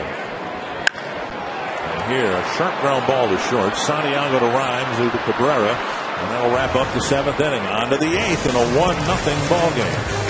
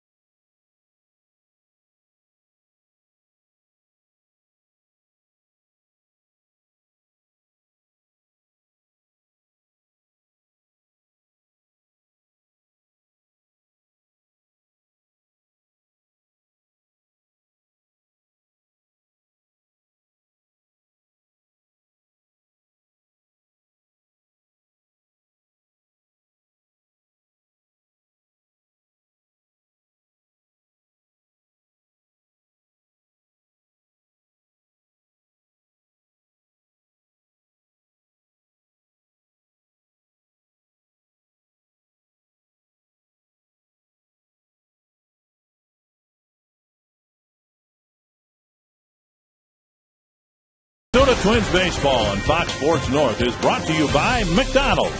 Try a strawberry banana or wild berry real fruit smoothie today. By Toyota. There are many reasons to buy a Toyota, and now's the perfect time to get yours during Toyota's National Clearance Event. And by the fast, reliable, secure, heavy-duty internet from Quest. You've heard us talking about some of this high school football coverage this season. Prep Zone at foxsportsnorth.com. 4 games streaming live on the web tomorrow night at 7 o'clock. And how about this? These are the 4 games, but if you're at one of those games, you'll love this perk. As soon as the game is over, it's immediately archived. So if you get home from one of these games, or the Twins game, or the Vikings game, you can watch one of these streamed high school football games. It has a DVR function too, so if you know there's a great catch in the 3rd quarter, or if a game ends on a last-second touchdown, you can manipulate the video forward just to the point you want to watch, or watch it from start to finish. It's a great way to catch up on high school football all throughout the season. Tomorrow night, 4 games live, foxsportsnorth.com, starting at 7 o'clock, and then every Friday throughout the football season. Prep Zone, guys. It's it's a good way to keep track of what's going on at the high schools here in Twins territory. Someone, presumably the Tigers, have asked Jesse Crane to get rid of his gold necklace. He can wear the white and blue colored one around his neck, but again, I'm assuming that came from the Detroit bench. So sans jewelry, Crane comes in to face Austin Jackson to lead off the 8th.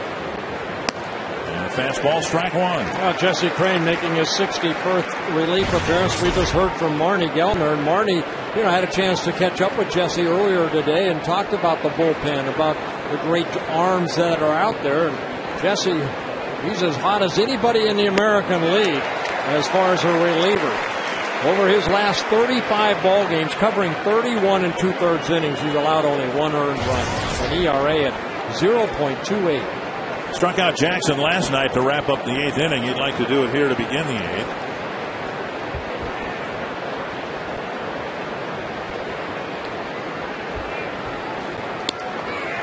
Jackson, who struck out in a key at bat in the 3rd inning.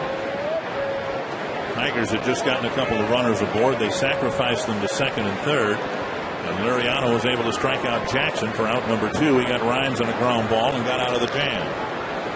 1-2. Curve, and it's lifted foul.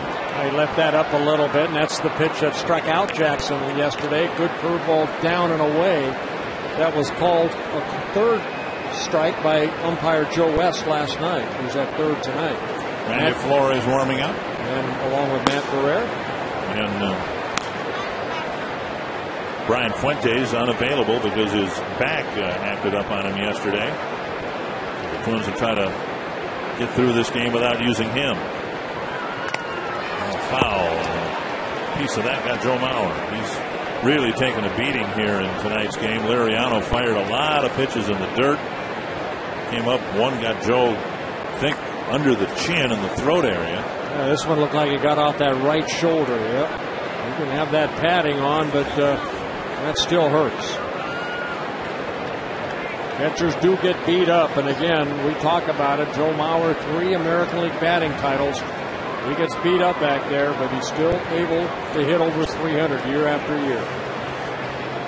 1-2, Crane to Jackson.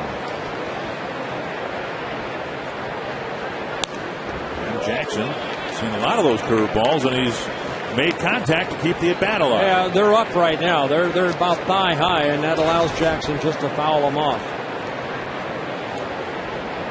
Crane will face Jackson, Rhymes, and Wells, and again, all 3 of those players, Tiger rookies, hitting in the front of the Detroit lineup tonight.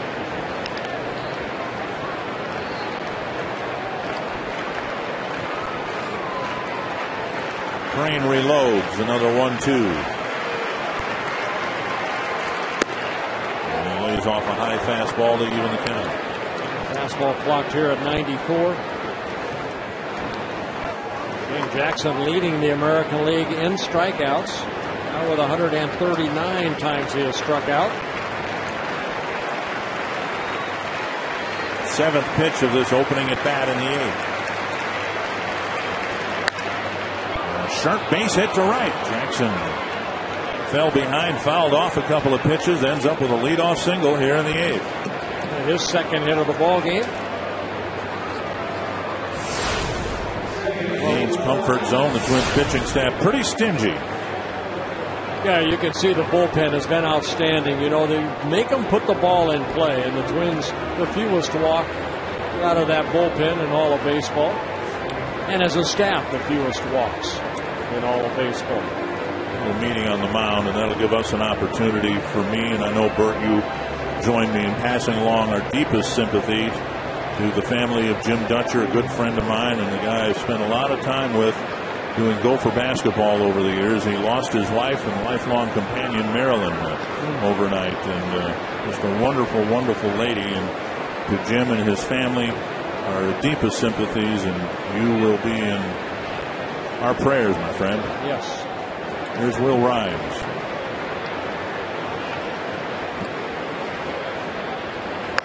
Bunting in the air to Kadire. So another rookie mistake. 1 down.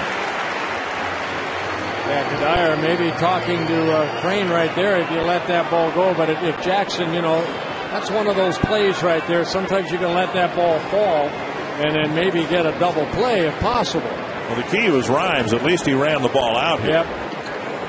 Rhymes right there. The ball hit high enough, and you kind of watch that runner. Sometimes runners just stop, but Rhymes is running toward first base. And Jackson, you can see in the background, he scoots back to first. And now with Casper Wells coming to the plate, Ron Gardenhire may go to the mound, or is going to the mound here. He may make a pitching change.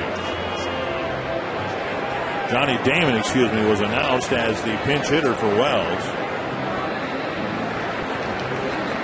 So Crane will leave with 1 out, 1 on, and Flores will come in to face Damon.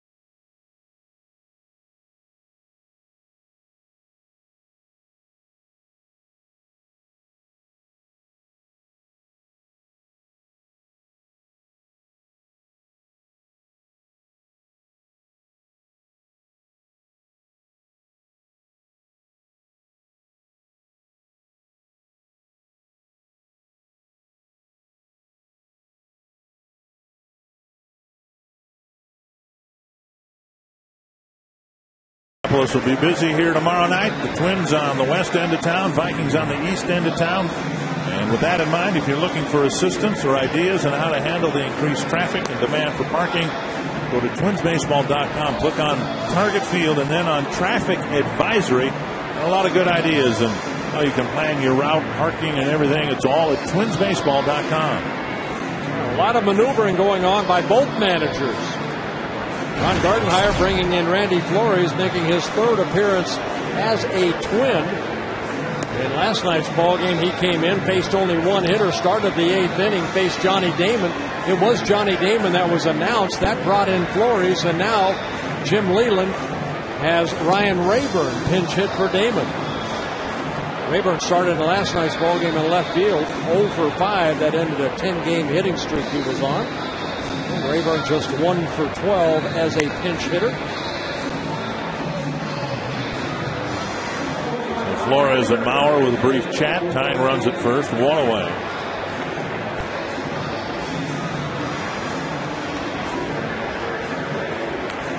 Randy Flores claimed off waivers from the Colorado Rockies by the Twins back on August 25th.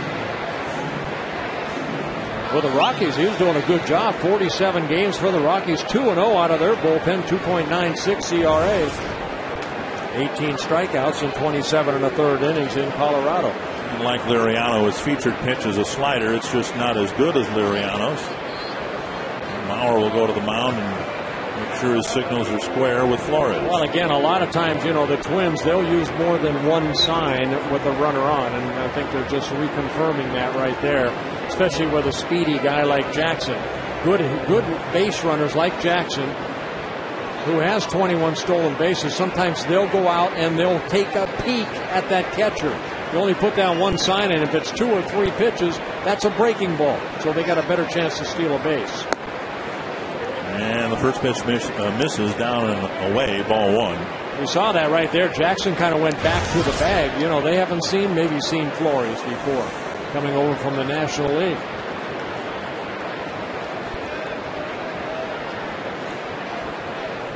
Swing and a miss. And of course, Ron Gardenhire has to feel a little bit better having a left-hander on the mound with a base stealer like Jackson at first. Yeah, I mean, Flores, you can see right there, doesn't pick up his leg very high, so Jackson trying to still read him over at first base. 21 steals, 26 tries for Jackson. Tapper foul, 1-2.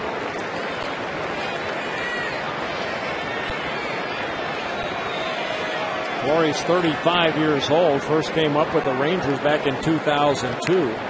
Couple stints with the Rockies, and then the Cardinals. He spent 5 seasons with the Cardinals from 2004 to 2008.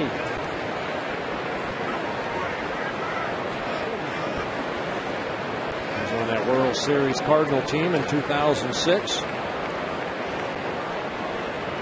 Struck him out. And through the entire at-bat, Jackson, as Flores was delivering to the plate, was heading back to first base. And here comes Ron Gardenhire. So the matchup that he wanted against Damon, well, it ended up being Rayburn, but Flores ended up striking him out on a good slider down and in. Shades of Francisco Liriano. That slider looked every bit as sharp as Liriano. So a good job by Flores getting the pinch hitter. And now Matt Guerrero is going to come in to try to get Cabrera. He's had his success against Cabrera. He'll try to get him here in a key spot in the 8th.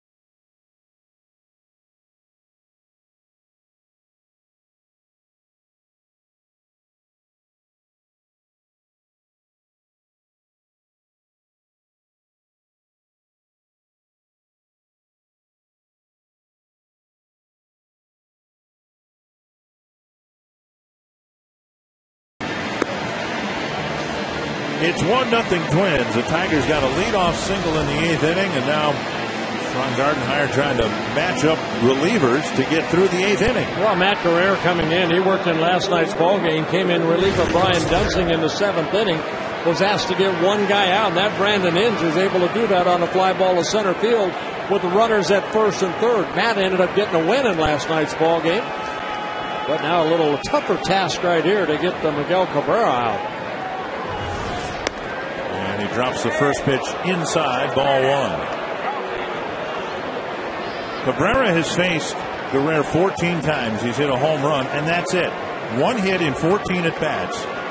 And Guerrero last night faced Inge and got him, and Inge had just one hit in 22 at-bats against Guerrero. Driven foul. So within the matchups, some individual matchups that favor the Twins relief pitchers, or at least Guerrero. He got the guy last night, and he'll hope to get him a different guy here tonight. You saw on that foul ball right there the strength of Guerrero. He hit that foul ball long way, but foul down that right field line. 1-1. Cabrera and Michael Kadire are the only two right-handed batters to hit an opposite field home run here at Target Field. Very good numbers after the 7th inning. Another foul, 1-2. Last night, Matt Capps was asked to get Cabrera, and after getting 2 strikes on him and a couple of foul balls, Capps came inside with a sinker and got him to ground out to short.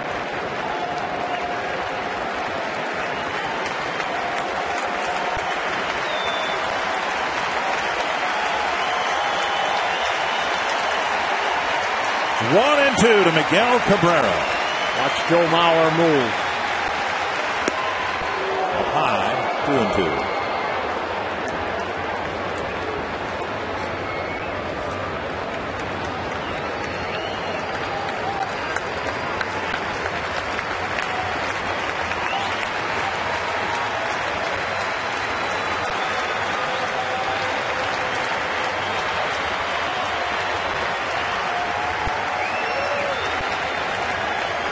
Stepping off and Joe Mauer going out. So what that tells you right there is Matt is set.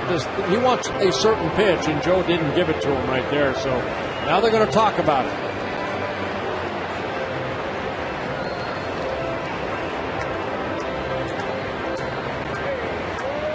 You know, catchers can only suggest certain calls, and you know most catchers are 99% right in what you want to throw, but there are sometimes, as a pitcher, once you get that ball back, you know exactly what you want to throw. And we'll see what that pitch was. High fastball fills the count. Tried to go up the ladder right there, maybe getting Cabrera to chase a high fastball. And now Jackson can take off early from first with the full count and 2 away. I don't think Kadyr's going to go back too far. He's going to kind of hang around the bag, but play behind him.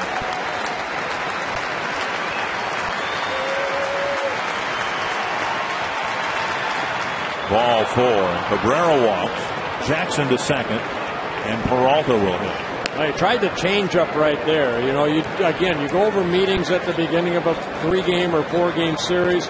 Do not let a certain guy beat you, and the Twins did not want him to beat. Breaking ball right there, missing inside, pitch by pitch in this at bat, and Cabrera twice took that ball the other way. And then Matt on a 2-2 pitch, high fastball, and then they went to the changeup, and Cabrera walks. Here is Peralta with 2 men aboard, and the tying run at second. And a strike called on the first pitch to Peralta. Good fastball, middle in. Peralta has faced Guerrero 23 times and has just 3 hits.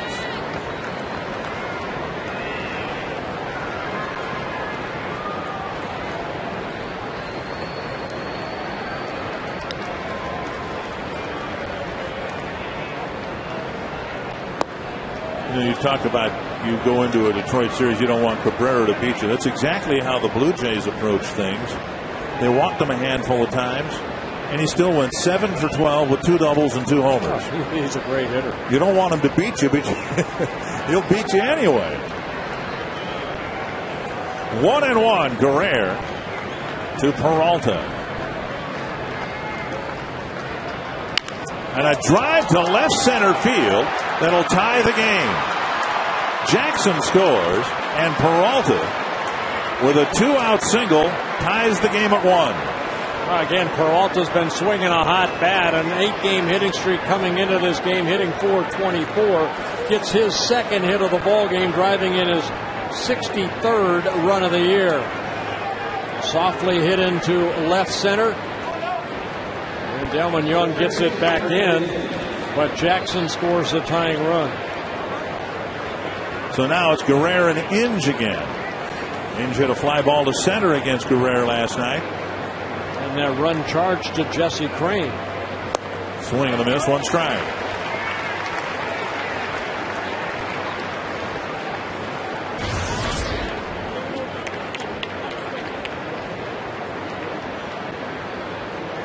And no win for Francisco Liriano. And a called strike 2.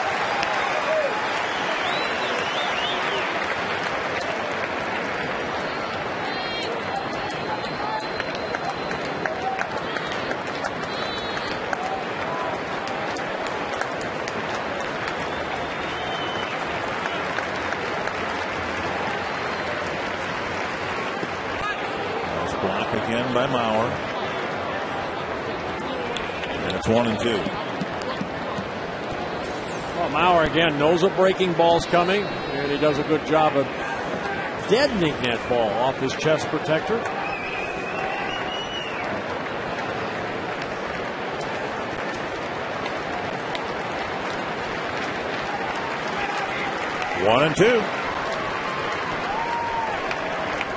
Bouncer to short. Hardy has it. Sets and fires to end the inning. But the Tigers get a big 2-out hit after the leadoff single, and they tied it here in the 8th.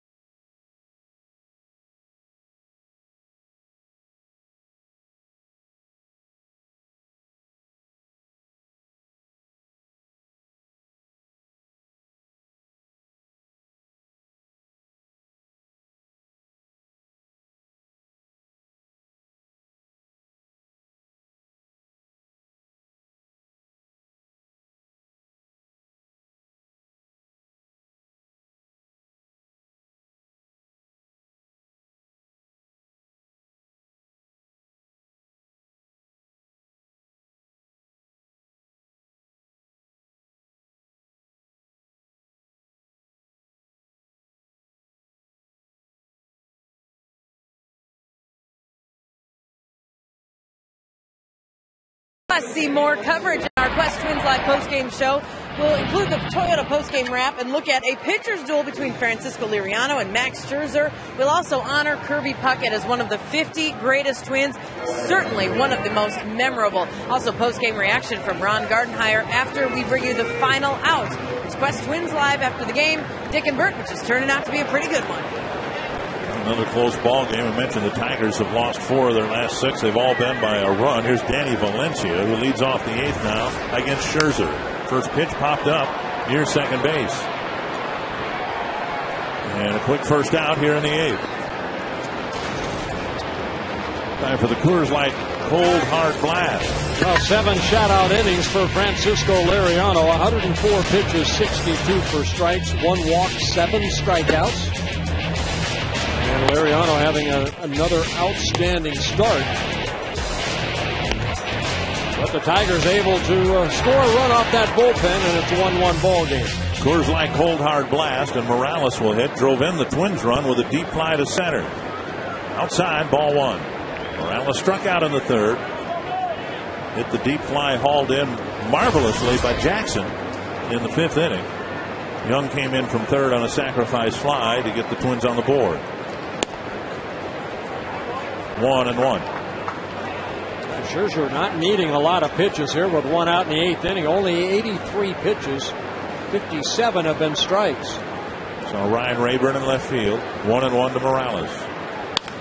Slaps it down the left field line, foul.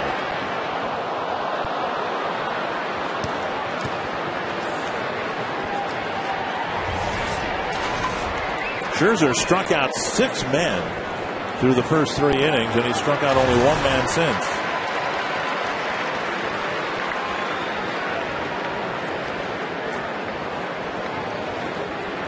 Morales still looking for his first major league home run.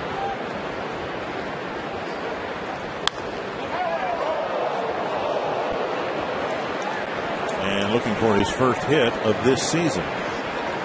Yeah, Morales down in Rochester, played in 73 ball games. He hit only 3 home runs. Bullpen activity for the Tigers. Ryan Perry and Phil Pope. Both guys were used last night. Morales trying to turn one around. And another foul. 1-2.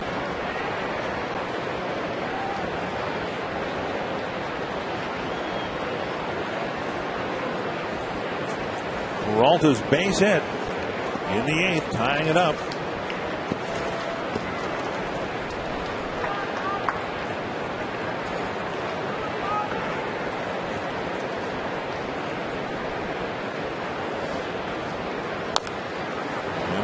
again. The White Sox won this afternoon.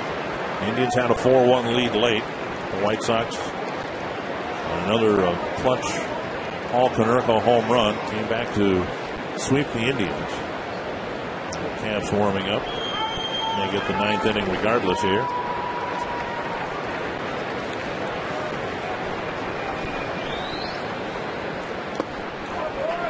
Morales really battling here. Now he's got a 2-2 count. Yeah, 2 straight changeups right there. A lot of off-speed pitches so far to Morales. Twins have left only 1 man on base. The Tigers have left 8.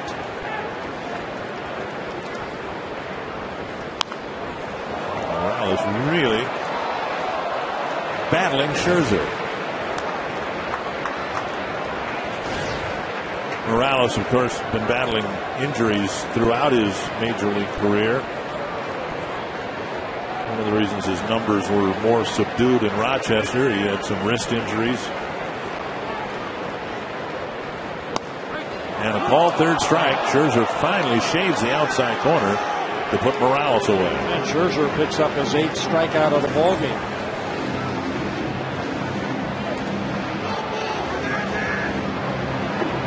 Hernandez, again, the home plate umpire saying that strike 3. Oh, a good battle right there by Morales. Here's Repko.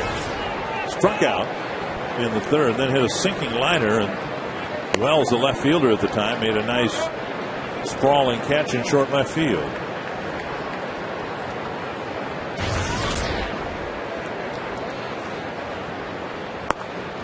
Oh, 2. Boy, Scherzer has really been sharp here tonight. I tell you, something clicked with him when he was sent down. He was optioned down to Toledo. And I'm going to say it again, over his last 17 starts coming into this ball game, a 2.20 earned run average.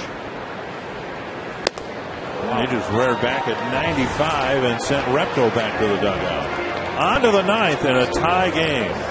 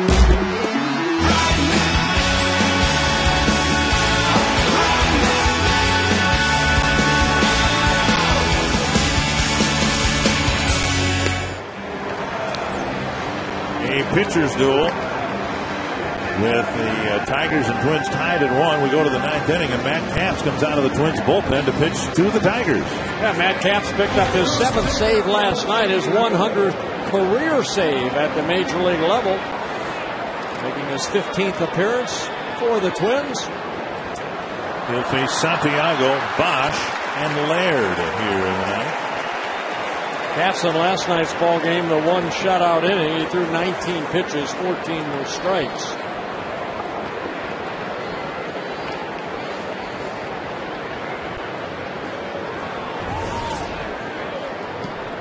Santiago Santiago hit by a pitch. A couple of ground balls have followed. He takes up an in ball one.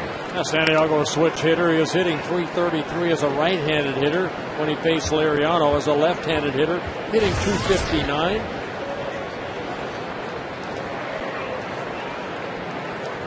To the backstop, 2-0.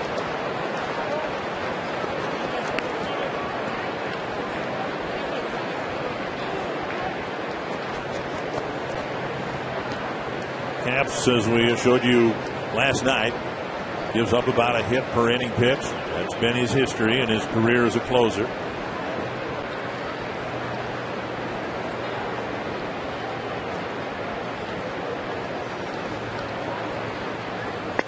Down the middle. You know, we got spoiled all those years with Joe Nathan, who threw strikes and had an opponent batting average sub 200 a couple of years, and the opposing teams typically wouldn't get any hits. A lot of closers who've been very effective and have racked up an awful lot of saves. In the giving up hits, John Wetland, to me, was always a guy, every time the Twins faced him anyway, they'd get a runner or two on in scoring position. He'd find a way to get the 3 outs he needed to get the save. Here, Caps desperately does not want to walk Santiago to start the ninth. And he leaves it up high, and Santiago's aboard. Well, the Twins are very fortunate because they added a couple of guys that have a lot of saves. Well, Juan Fuentes coming over from the Angels with 24 saves. Matt Capps, 33. Fuentes came with 23, got one as a Twin. And then John Roush, the closer coming into the year, 21 saves. 5th walk allowed by Capps. Roush, as of right now, not warming up. Remember last night in the 9th inning, Roush was backing up Capps and warming up in the bullpen. Here is Bosch. And there is ball one. So 6 pitches, just 1 strike for Matt Capps. And Joe Mauer again to the mound.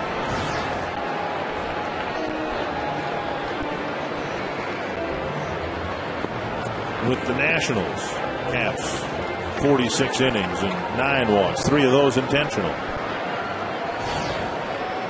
Well, he usually does a really good job throwing strikes.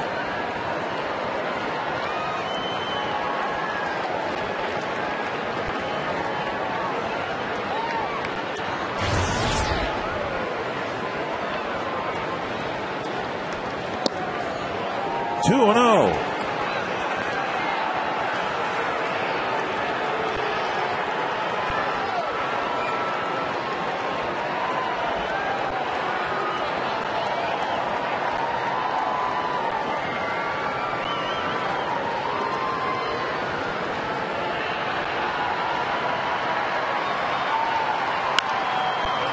Bosch with a big, aggressive swing. That's one of the things Jim Leland likes about this rookie.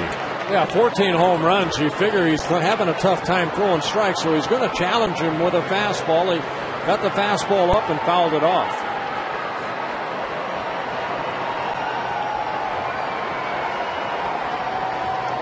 Two and 1 to Bosch. He bounced into 5 double plays so far in his rookie season.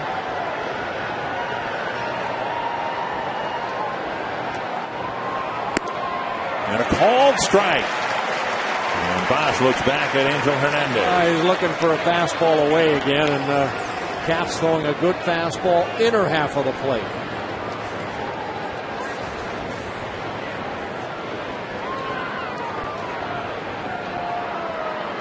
Two and 2. Capps to Bosch.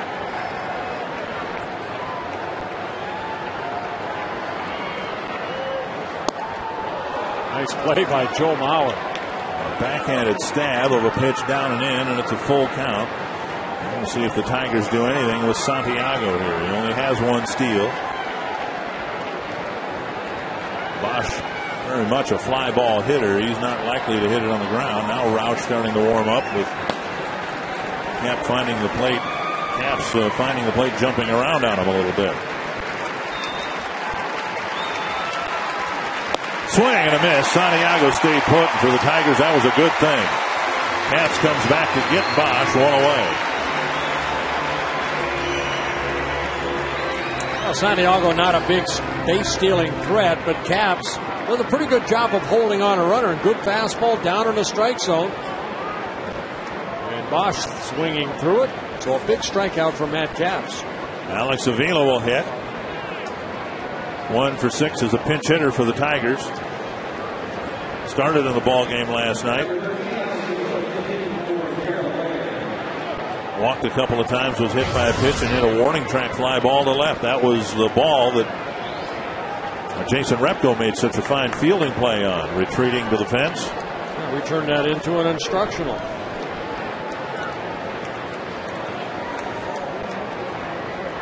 So Laird out of the ball game, 0 for 2 with a sacrifice. Santiago at first base. He's good speed. He has 1 stolen base in his only attempt.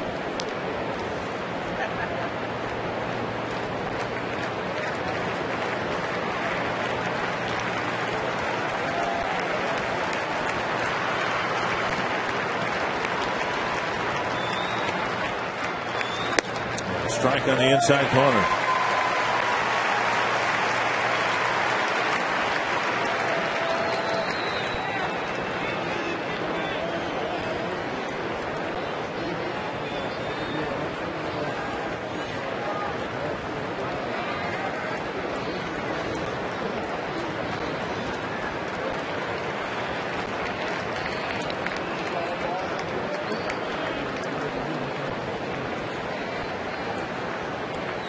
Trying to pitch around the leadoff walk here in the ninth.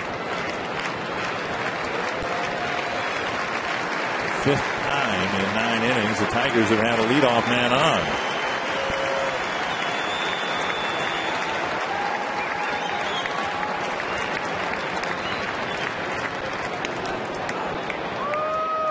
Caps paying Santiago a lot more attention with 1 out than he did with no one out. Well, I mentioned last night, one thing about Matt Caps, he just doesn't come to his belt and then throw home. He'll come and set and hold and hold and hold. And I would think as a base stealer, a potential base stealer, that when do you go? You know, he does a good job of changing the right there, the hold. He'll hold it for a while, then he goes home.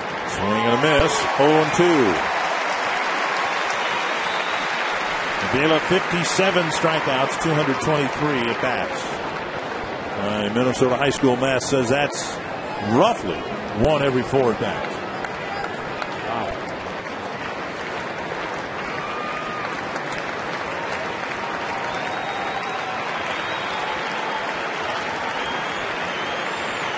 Two strikes to Avila.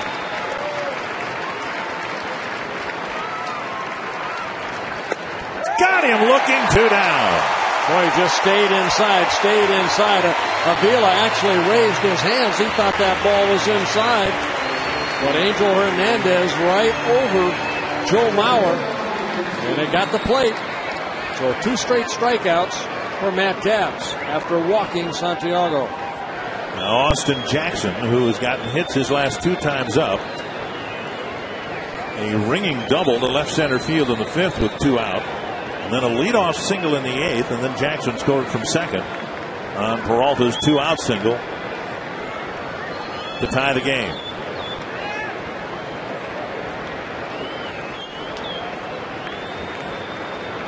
Santiago goes. Mauer's throw. Got him! A perfect throw! All Hardy had to do was catch the throw. And Santiago tagged himself out.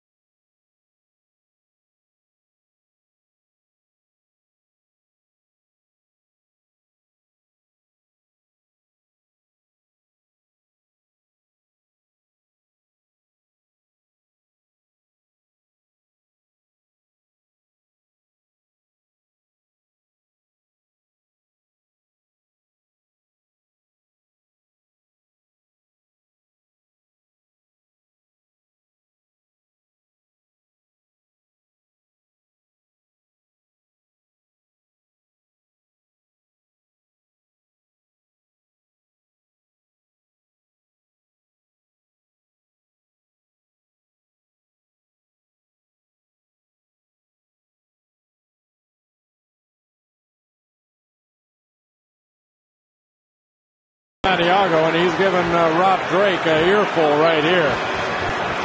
But you know what? You can yell all you want. Rob Drake not responding. But let's take a look at the throw right there. As you mentioned, a perfect throw, but he's out. Wow.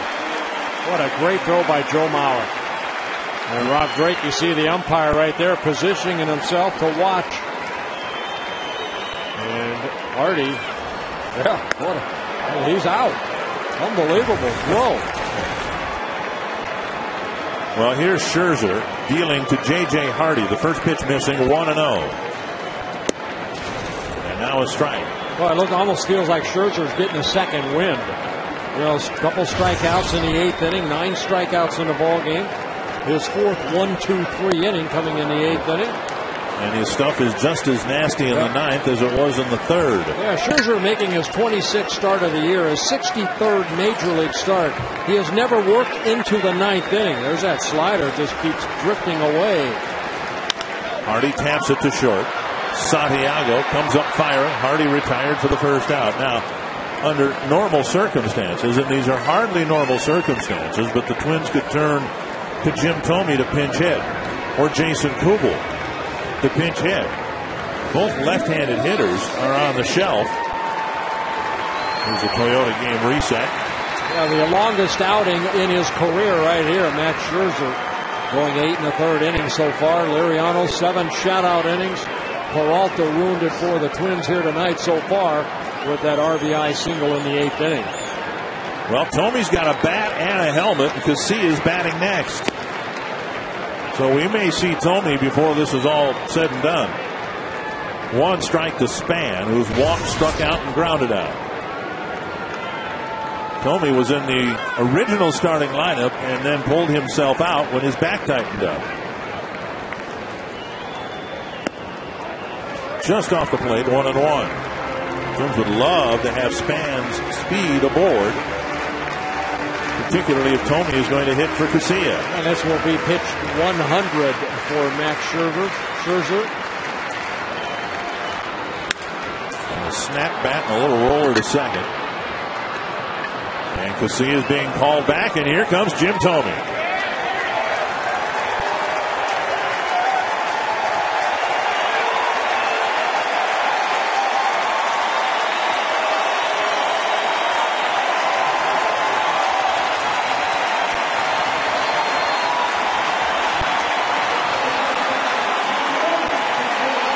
Jim Thome done a good job off the bench. 6 hits and 23 at-bats with a home run and a couple RBIs. The last time he came to the plate here in a situation similar to this, he did this.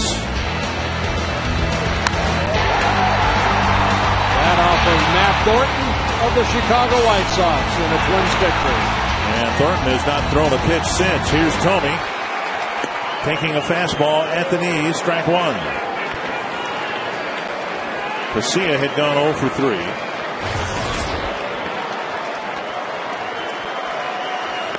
And outside, 1-1. And Thome pronounced himself ready to go today. Took some swings in the cage.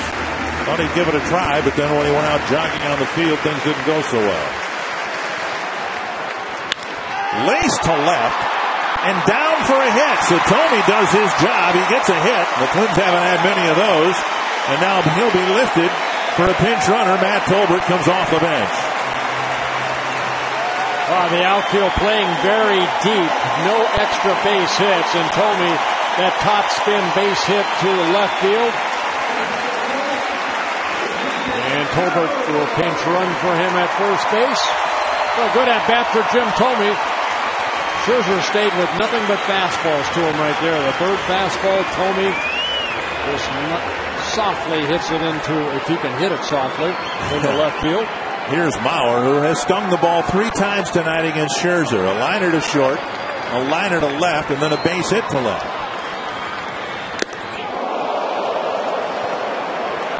That was a home run swing right there by Joe Mauer. That was 40,000 fans exhaling at the same time.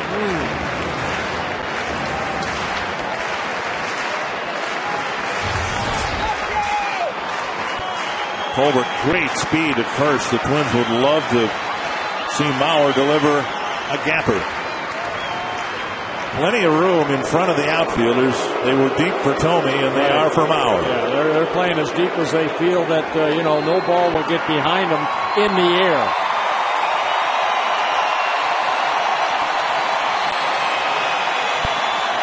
Mauer looking for his first walk-off hit in his new ballpark. Slap to left, twisting foul. 2 strikes. He's the one guy tonight, Bert, that's gotten the barrel of the bat on Scherzer in every at-bat.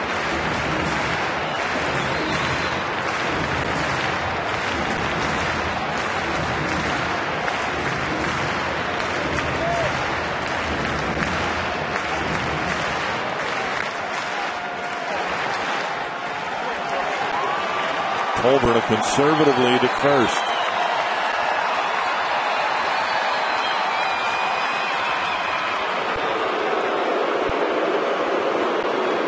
Tolbert hasn't played much, hasn't been on base much. He was thrown out in his only base stealing attempt of the year.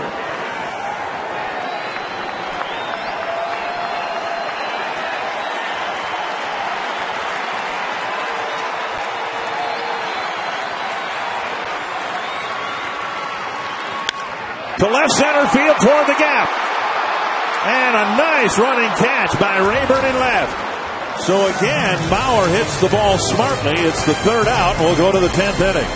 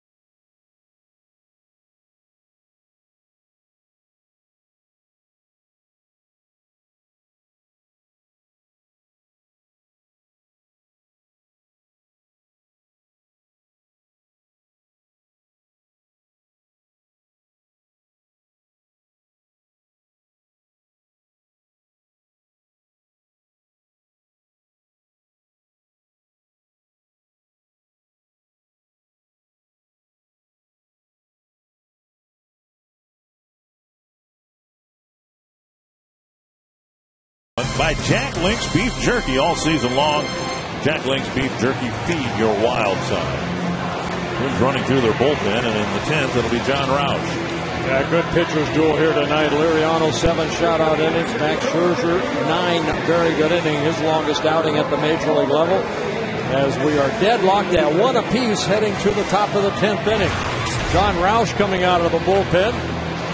He is the 5th reliever used by Ron Gardenhire and Rick Anderson, the pitching coach. For Roush, his 48th relief appearance.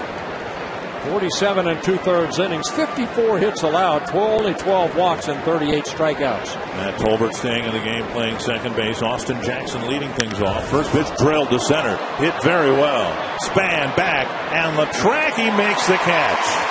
Welcome to Target Field. Well, Jackson should know you can't hit that ball that far, and in this ballpark, that ball, it takes a man to hit it out of that place. I'll tell you what.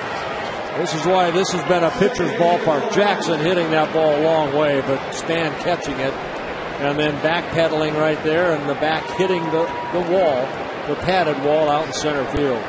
Remember last night, Span kind of got turned around on a deep drive to center. And I think the consensus was the ball knuckled all the way out to the warning track. Very well hit ball. Was it on Casper Wells, I believe, who hit the ball out there last night? Here's Will Rhymes.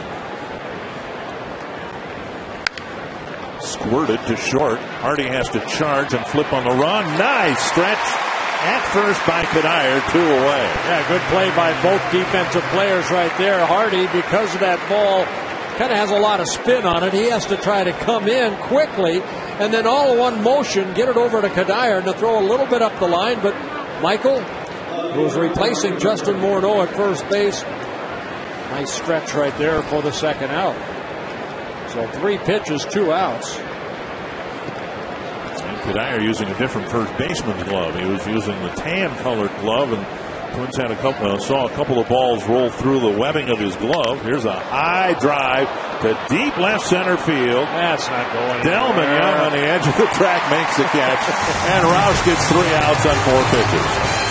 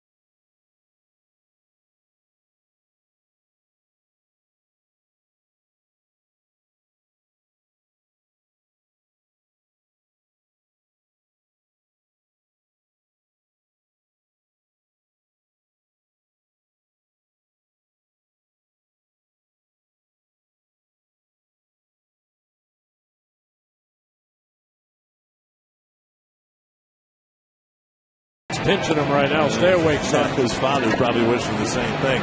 Come to the 2010 Minnesota State Fair. Vote at the Timberwolves booth in the Fan Central building for which ABA jersey the Wolves should wear during the Hardwood Classic games. You can visit foxsportsnorth.com. Click on the State Fair tab for more information. I'm going to go to the State Fair tomorrow morning. I'm going to be hosting and leading the senior stretch and stroll tomorrow morning. Very nice. Good luck. Unless we get 16, 17, 18 innings in here tonight. And I'll have all I can do to stretch and stroll myself. Ryan Perry worked an inning and a third in last night's ball game. Coming in, he threw 17 pitches, only 7 strikes. Gave up a couple hits with a walk. And the walk was to Michael Kadire on 4 pitches, and it forced in the tying run. It'll be Kadire leading off the bottom of the 10th.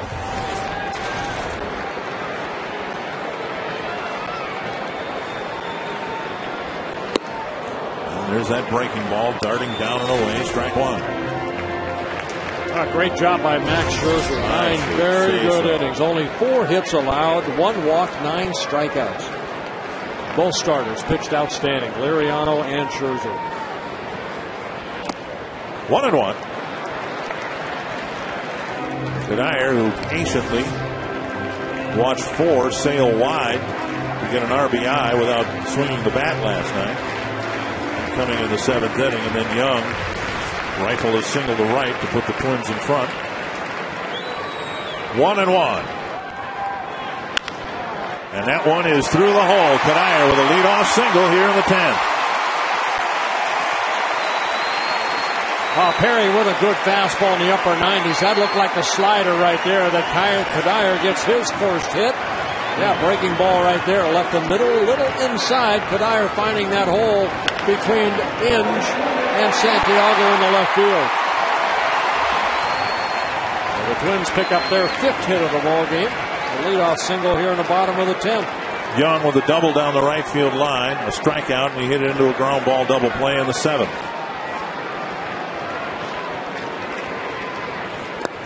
And Avila with a great block. On a pitch. Not sure how he blocked it.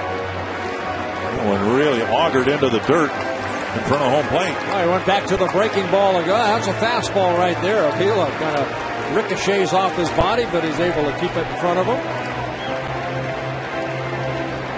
Well, Perry only 23 years old in his second season with the Tigers. Tigers' #1 pick back in 2008 out of the University of Arizona. Got a great arm. 1-0 to Delman Young. And Perry wants to talk with Avila. This is a double talk.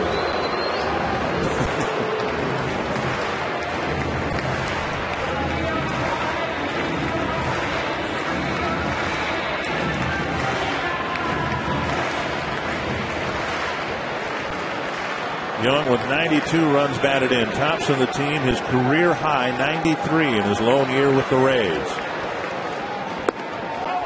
Now 2-0.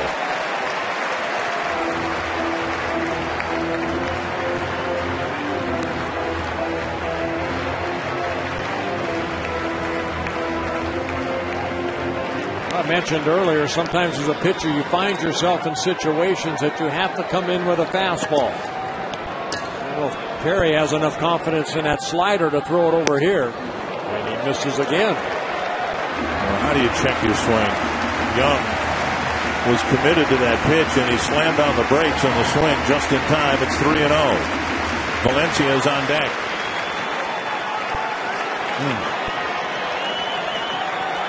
He held up. 3-0 to Delman Young. A strike at the knee.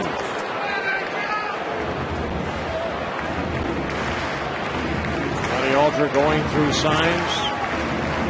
Pretty much guaranteed another fastball right here. Not too many times you see Delman Young take the first 4 pitches in an at-bat.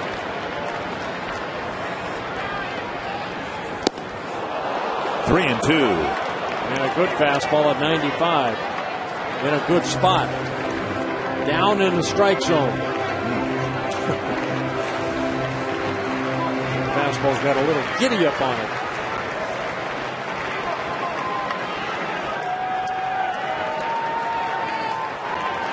Great matchup. A hard-throwing right-hander against Delman Young. Kadire goes, and the pitch drilled foul. Kadire got a great break from first base. Yeah, Perry went to the slider right there. Delman got the barrel of the bat out just a little bit. He hit that ball sharply, but he lines it foul. I'll tell you what, if I have seats down that left field line, I'd bring my glove. There's been some shots hit down there tonight. Another 3-2. Kadire goes again, and a foul. A fastball this time, and Young got a piece of it.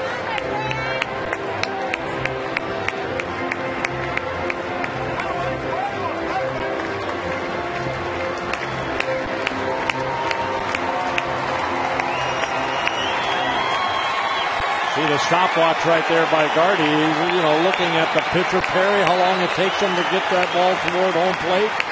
See if Kadire takes off again.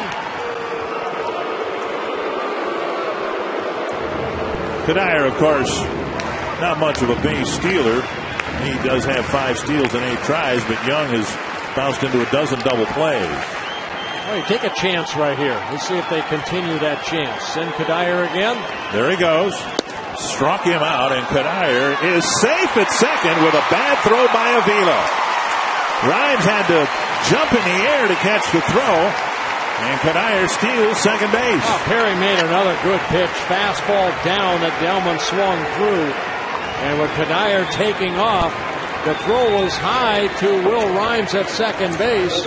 He had to leap up and try to get that ball down and on Kadire. Good effort right there by Rhymes.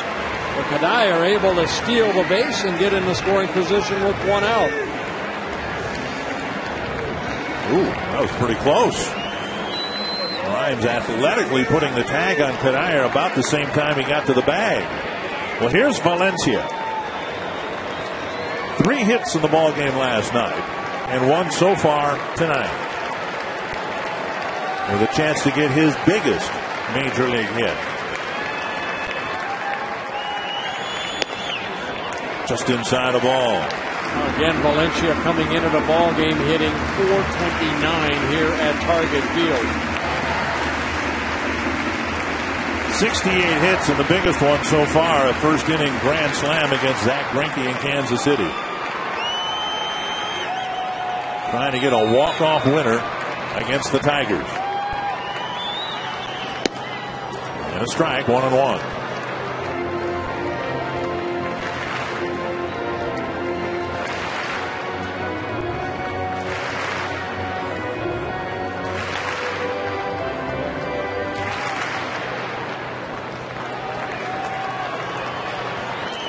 One and one to Valencia.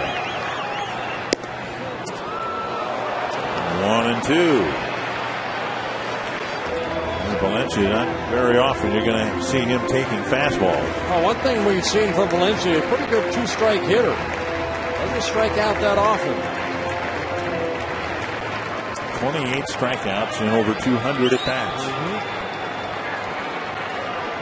1-2. 96 off the plate, 2-2.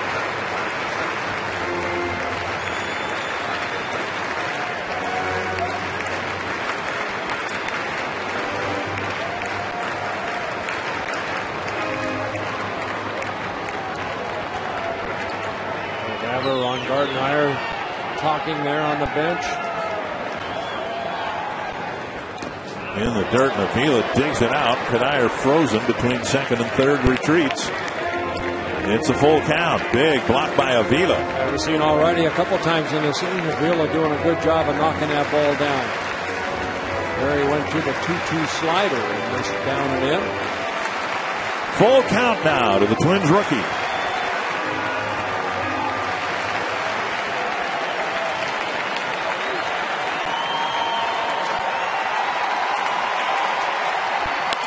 Liner to center, a base hit. Kadire around third.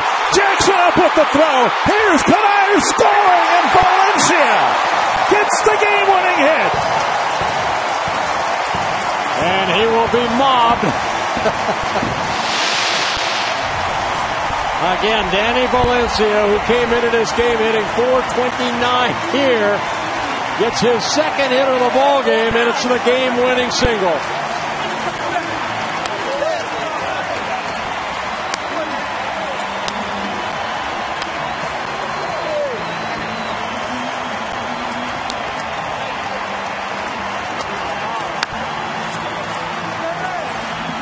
What a great ball game to watch right here. Fastball down, Valencia hitting it up the middle. Jackson comes up. Kadire with a throw bouncing a couple times, scores the winning run. His only swing of the at-bat. He took 5 pitches and then put the barrel of the bat on it. And that is the biggest hit of his career. Of the 69 hits he's collected in rapid fashion, this one is one he will always remember. Unbelievable. Danny Valencia with a big hit. And it's time to celebrate. And the Twins maintain their 4-game lead over the White Sox in the American League Central with another 1-run win over the Tigers.